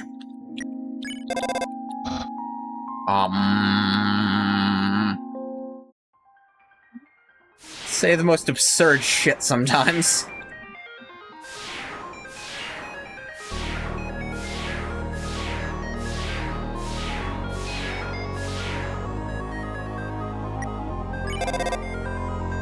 No response from Pappy. Ah!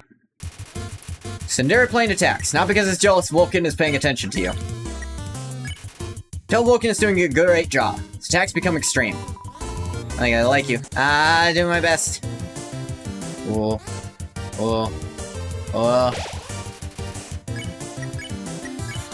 Get close to Sinderi plane, but not too close. Ah! Ow.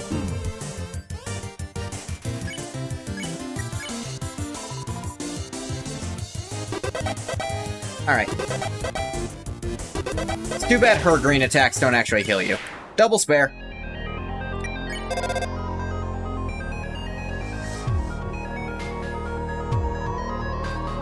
You have just 1 shot. Ooh. Yeah, I like that. Congratulations! Big Metaton moment, TM. Right when everything looks the baddest, he poses dramatically. Like when he's on a cooking show and the eggs don't turn out right. But then he says, even if you suck at cooking, you can always buy an MTT brand glam burger. Then he eats one, everyone loves it. Does he eat it without a mouth? Well, watch the show. So these are actually hints for the fight coming up. Big Metaton moment, TM. When he beats up the heel-turning villains. Even if it's during what's supposed to be a quiz show. Oh, and I like when he tries on all kinds of different fashionable outfits, even if it's during what's supposed to be a newscast. So that is actually, I'm not gonna do it because it's actually really hard to do it like that. The fastest way to do the Metaton fight, for like speedruns and stuff, is actually to change what equipment you're wearing, like 8 times in a row. Damn it, I didn't mean to go to that one. Blah. Like, that gets you tons of points really fast.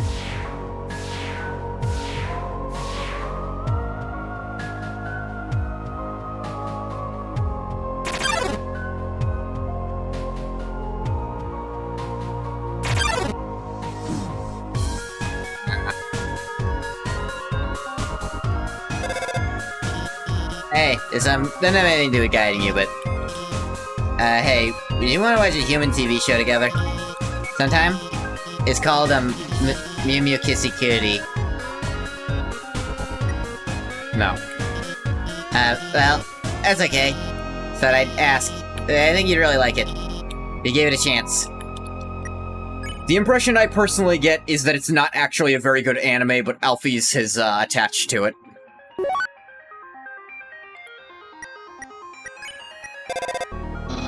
Lasers on conveyors? No thanks. Sounds like my least favorite nightmare. Don't tell me more of this garbage.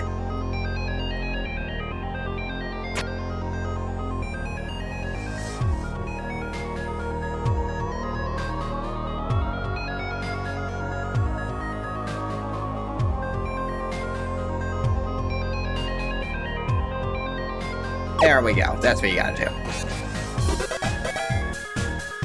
Congratulations.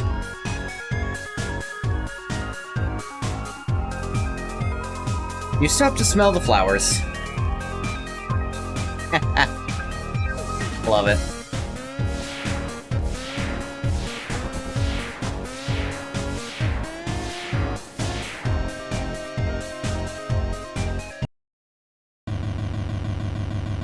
Open up the doors. Smell of cobwebs fills the air, filled with determination. So, you know what? I am gonna show it. Hear what they just said? They said a human wearing a striped shirt will come through.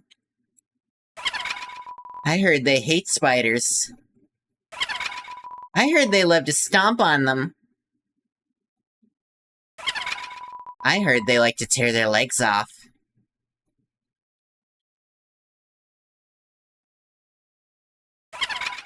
I heard that they're awfully stingy with their money. You think your taste is too refined for our pastries, don't you, dearie? I couldn't afford them. Not at those prices. I disagree with that notion. I think your taste is exactly what this next batch needs. Muffet traps you. So, if I wanted to, if I ate this spider donut here, the battle would instantly end. But, I want to play this. Check. Muffet. Attack 38.8, defense 18.8. She's the only one with, like, decimal stats, I don't know why. She invites you to her parlor, excuse yourself. Don't look so blue, my dearie.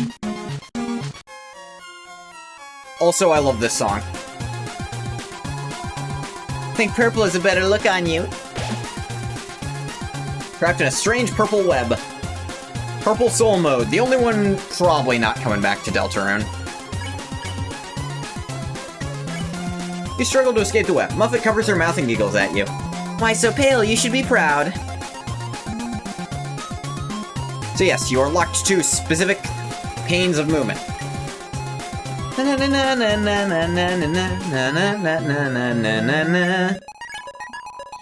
Proud you're gonna make a delicious cake.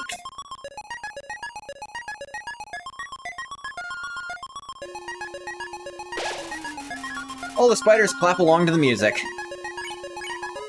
Let you go? Don't be silly.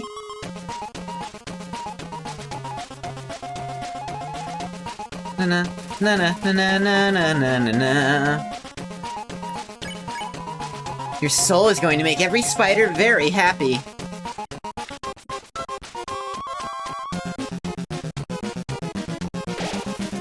Na na na na na. Muffet pours you a cup of spiders. Oh, how rude of me. I almost forgot to introduce you to my pet. It's breakfast time, isn't it? Have fun, you two.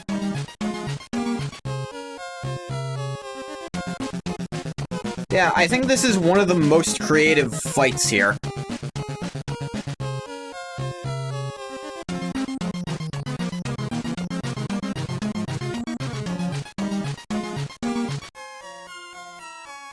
Like, I would have never thought of these web-based panes of movement for your thing. Person who warned us about you. Ah, I hate the bouncing ones. Ah. Offered us a lot of money for your soul.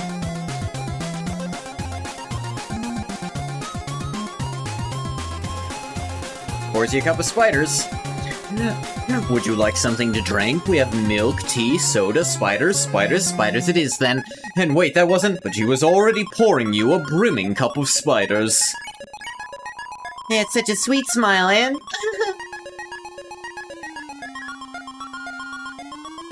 Whoop. It works like a boomerang because it's shaped like one. Sweet smile. And... Strange, but I swear I saw them in the shadows changing shape. So, there's two plausible people that could be. Like, among characters we actually know tried to get you killed. One would be Flowey, which... We see Flowey kind of shapeshift a little bit in their face, and they've got a very pleasant smile. The other would be Metaton. who does say he sent mercenaries after you, but that could also be the ones in the core. Oh, it's lunchtime, isn't it? I forgot to feed my pet.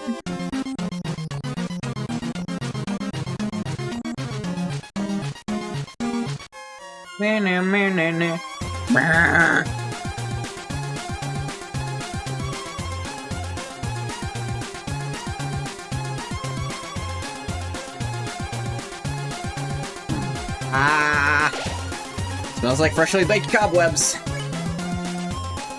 Could also be something completely outside of all of that.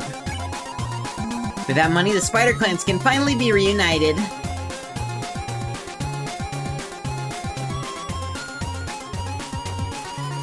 What's interesting is, if you do have the money to buy from her shop, like, back there and do it, she will skip her own fight for you. You haven't heard? Spiders have been trapped in the ruins for generations. No, I bought from their bake sale. That is kind of your hint that that might work. Ah, damn it, I'm so bad at that. Have an ice cream. You look nice today. HP was maxed out. Even if they go under the door, Snowdin's fatal cold is impassable alone.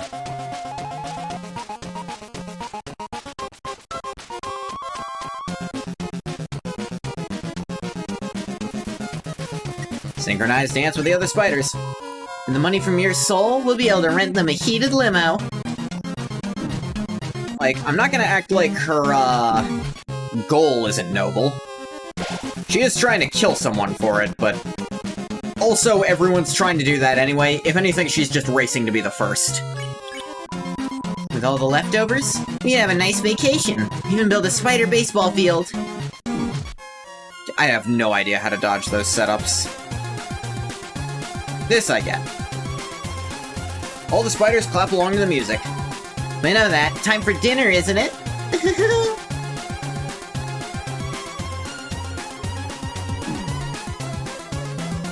Blah. Gets real tricky at the end here.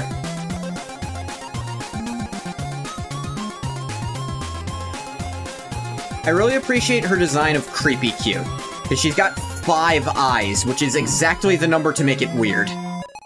Still alive? Alright, that was the last attack. Oh, my pet, looks like it's time for dessert.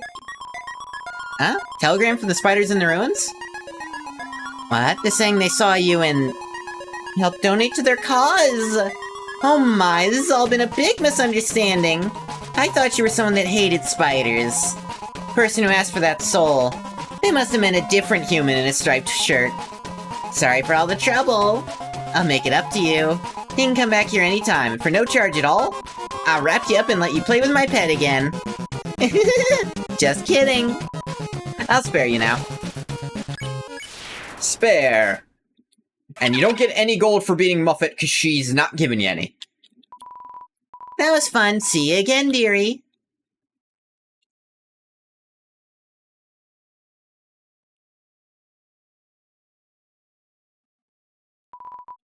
Poster for Metaton's latest stage performance. Tragic tale of 2 star-crossed lovers, kept apart by the tides of fate. Looks like it's almost time for the performance.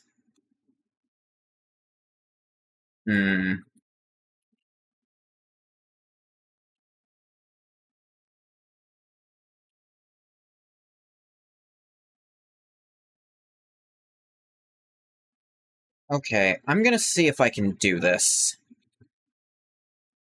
'Cause you can. Oh, that human. Would it be my one true love?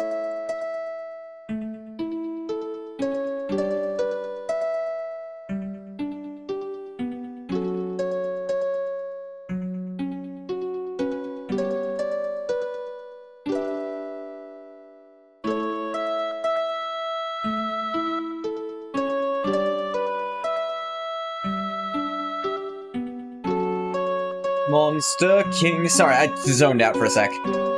Forbids your stay. Humans must live far apart. Yeah, I can't sing it on beat because they're. It's appearing on beat, but I can't say it on beat. Yeah, can't leave.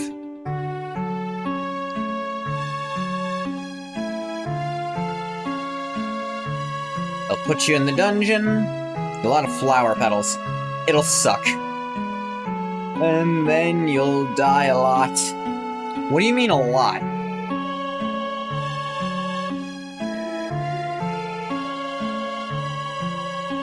Hey, no touching. Cry, cry, cry. So sad it's happening.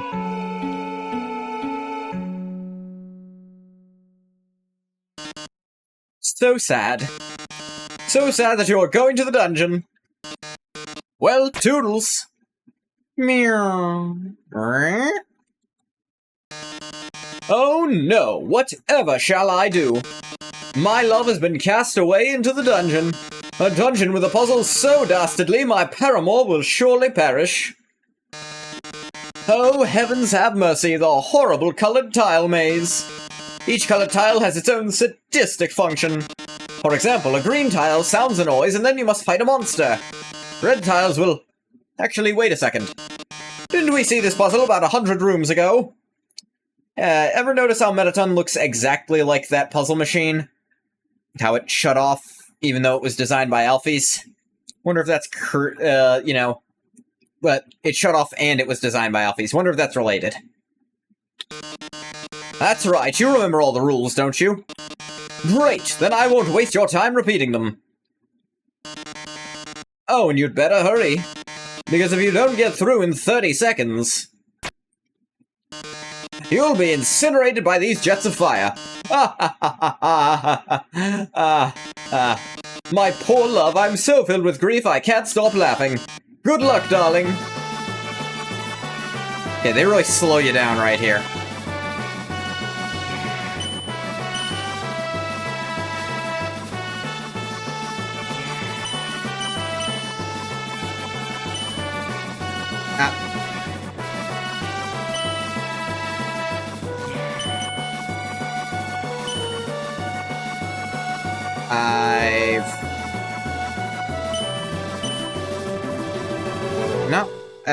I ran out of time. So it's possible to do that, but you can't be like looking at something to do it. You have to actually do it. Oh, I'm so sorry. Looks like you're out of time. Here come the flames, darling. They're closing in. Getting closer, oh my. Any minute now.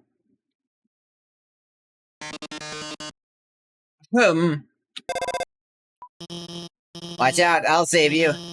Hanging in the firewall right now. Haha, literal firewall.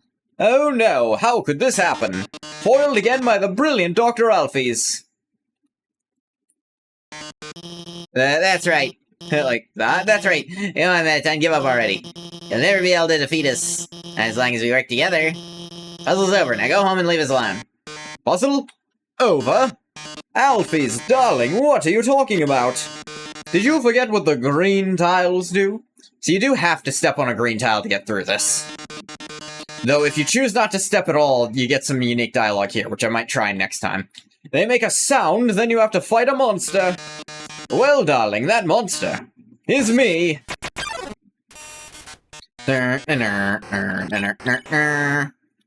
Check. Attack 30, defense 255. Still renders him invulnerable to attack. This is it, darling. Say goodbye. Is that your phone? You'd better answer it. This seems bad, but don't worry. There's one last thing I installed on your phone. See that yellow button? Go to this phone's act menu and press it. Yellow. Press the yellow button. Phone is resonating with Metaton's presence. Oh, that yellow glow. Turn.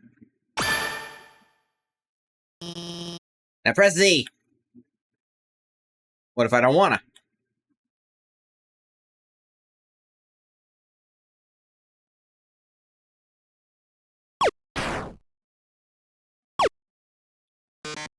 Oh!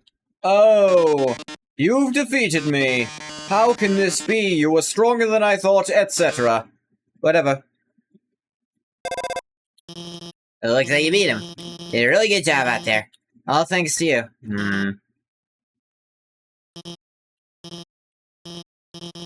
Hey, this might sound strange, but can I tell you something? Before I met you, I didn't really like myself very much. I feel like you still don't. A long time, I felt like a total screw-up. Like, I couldn't do anything without ending up letting everyone down. But guiding you's made me feel a lot better about myself. So thanks for letting me help you. Anyway, we're almost to the core.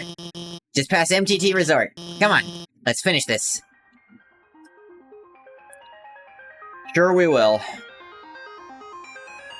Lots of things will be finished. Hey! It's you again! Business is excellent here! These two fellas bought all my ice cream! I've actually sold out of everything! Sorry. Wait, I still got something for you. A big smile, how about that? I'll take it. What?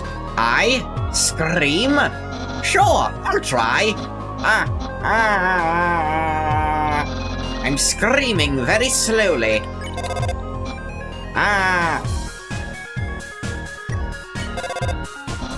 Wow, I sorted the multicolored tile puzzle.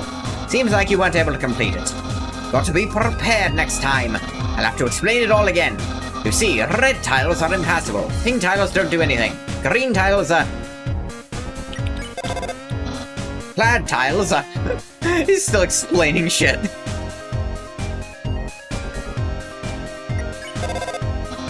Wow, that choreography. I can't believe I'm friends with a bona fide opera star. Wowie. By the way, there's cobwebs in the phone if you try to call during the Muppet area. The elevator says R3. What does the R stand for? Rotini? The screw-shaped pasta. I used it to hold my century station together. Rotini is... Alright, a little bit of fish lore. Rotini is my favorite pasta shape. Ring ring. My whole station is made out of carbohydrates. Hey, do you remember my name? Did you? Yes. What? You remember? How could I be so easily defeated? Always remember that you remembered. You don't actually have to remember, just say you did, he'll believe you. Oh, hey. Like, taking a rain check on that killing you thing. Don't tell Undyne about this, okay?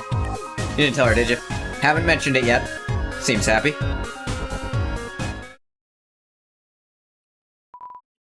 Hey! Go up the creepy alleyway on the right for some great deals. Hey, heard you're going to the core. How about grabbing some dinner with me first? Yeah. Great, thanks for treating me. Over here. I know a shortcut. It's time. Oh, here we are. So, journey's almost over, huh? Must really want to go home. Hey, I know the feeling, buddo. I imagine you do. Though, maybe sometimes it's better to take what's given to you. There it goes. It's raining somewhere.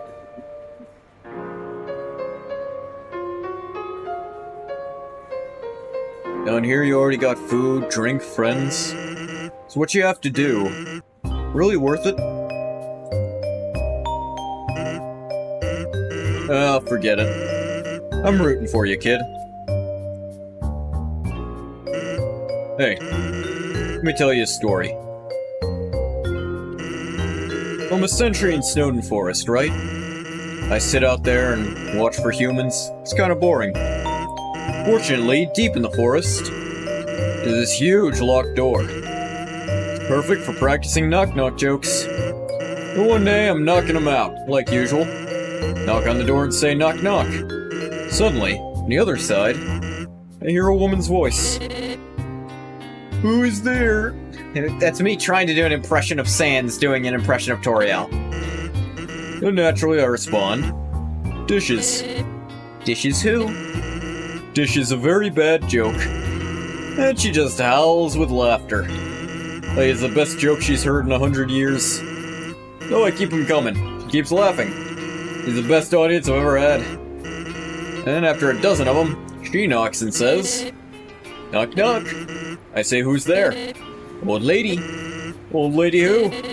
Oh, I did not know you could yodel. Wow. Needless to say, this woman was extremely good. Ole. Kept telling each other jokes for hours. Eventually, I had to leave. The pirate gets kinda cranky without his bedtime story. She told me to come by again, and so I did. Then I did again. And again. It's a thing now. Telling bad jokes through the door. It rules. One day, though, noticed she wasn't laughing very much. Asked her what was up. I think Sans figured out who it was already there. If the whole Deltarune Sans thing is true. Music stopped. She told me something strange. If a human ever comes through this door, could you please promise something? Watch over them and protect them, will you not? No, I hate making promises. This woman, I don't even know her name, but a woman who sincerely likes bad jokes, has an integrity you can't say no to. Do you get what I'm saying? A promise I made to her. You know what would have happened if she hadn't said anything? Buddy. You'd be dead where you stand.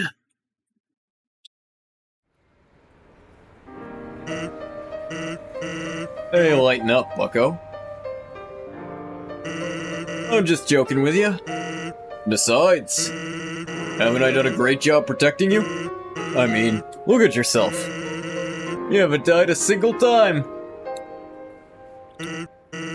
Hey, what's that look supposed to mean? You little shit, I died right in front of you at least once. Am I wrong? That is Sans kind of needling you to test if his theory's correct. But, interestingly enough, if you get here without dying, he actually won't have this line. You actually lose dialogue by being good.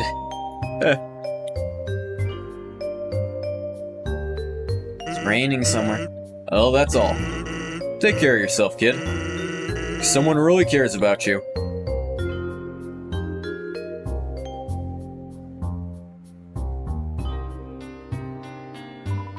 As I came in, I realized I forgot to make a reservation. I didn't want to look like I messed up, so I kept walking in anyway. Now I'm just kinda consuming dew off this ficus. Potted plant. Potted plant. Some kind of TV show featuring Metaton. Wall of Fame full of quotes and photos from visiting celebrities. Food is to die for. Gorgeous style of fragrance. My face tastes beautiful. These are all Metaton. Originally, we dug mazes with puzzles in order to foil human attacks. And now, building things winding and confusing, some awful tradition. Can't go 2 feet without being up to your armpit in puzzles. Performance schedule, comedian, dancers, Sans. Seems there's a break now. I work at the core. The inside is a maze made of swappable parts. That means we can shuffle the layout at will. Boy, was today a fun day. Sure love puzzle. I'm the resort comedian. I'm very funny. People laugh at my jokes. Now, my son, he wants to be a comedian like his father. But his jokes aren't funny. He tells these awful puns. He's an embarrassment to our family. Ah ha ha ha. That's not funny. His mother passed on. He couldn't stand living at home anymore. They ran away. I haven't seen him since. I'm a terrible father. Ah ha ha ha. That's not funny. It's really not. Rub, you'll have to reserve a table to eat here. You also need to reserve your chair, your silverware, your food, your... Yeah, I'm good. A fancy schmancy restaurant? After tasting my cooking, that seems pointless, right? I bet they can't even make spaghetti. A hot L. That's short for Hotland, right? Wowie. Yeah. Relaxing atmosphere of this hotel. It fills you with determination. Yeah. But it also fills me with the end of the stream. And this is a good place to drop right before going into the core. So, I'm going to stop the recording for YouTube here. As always, thank you so much for coming if you came. If you didn't come, you don't get a thank you. Wah wah, YouTube.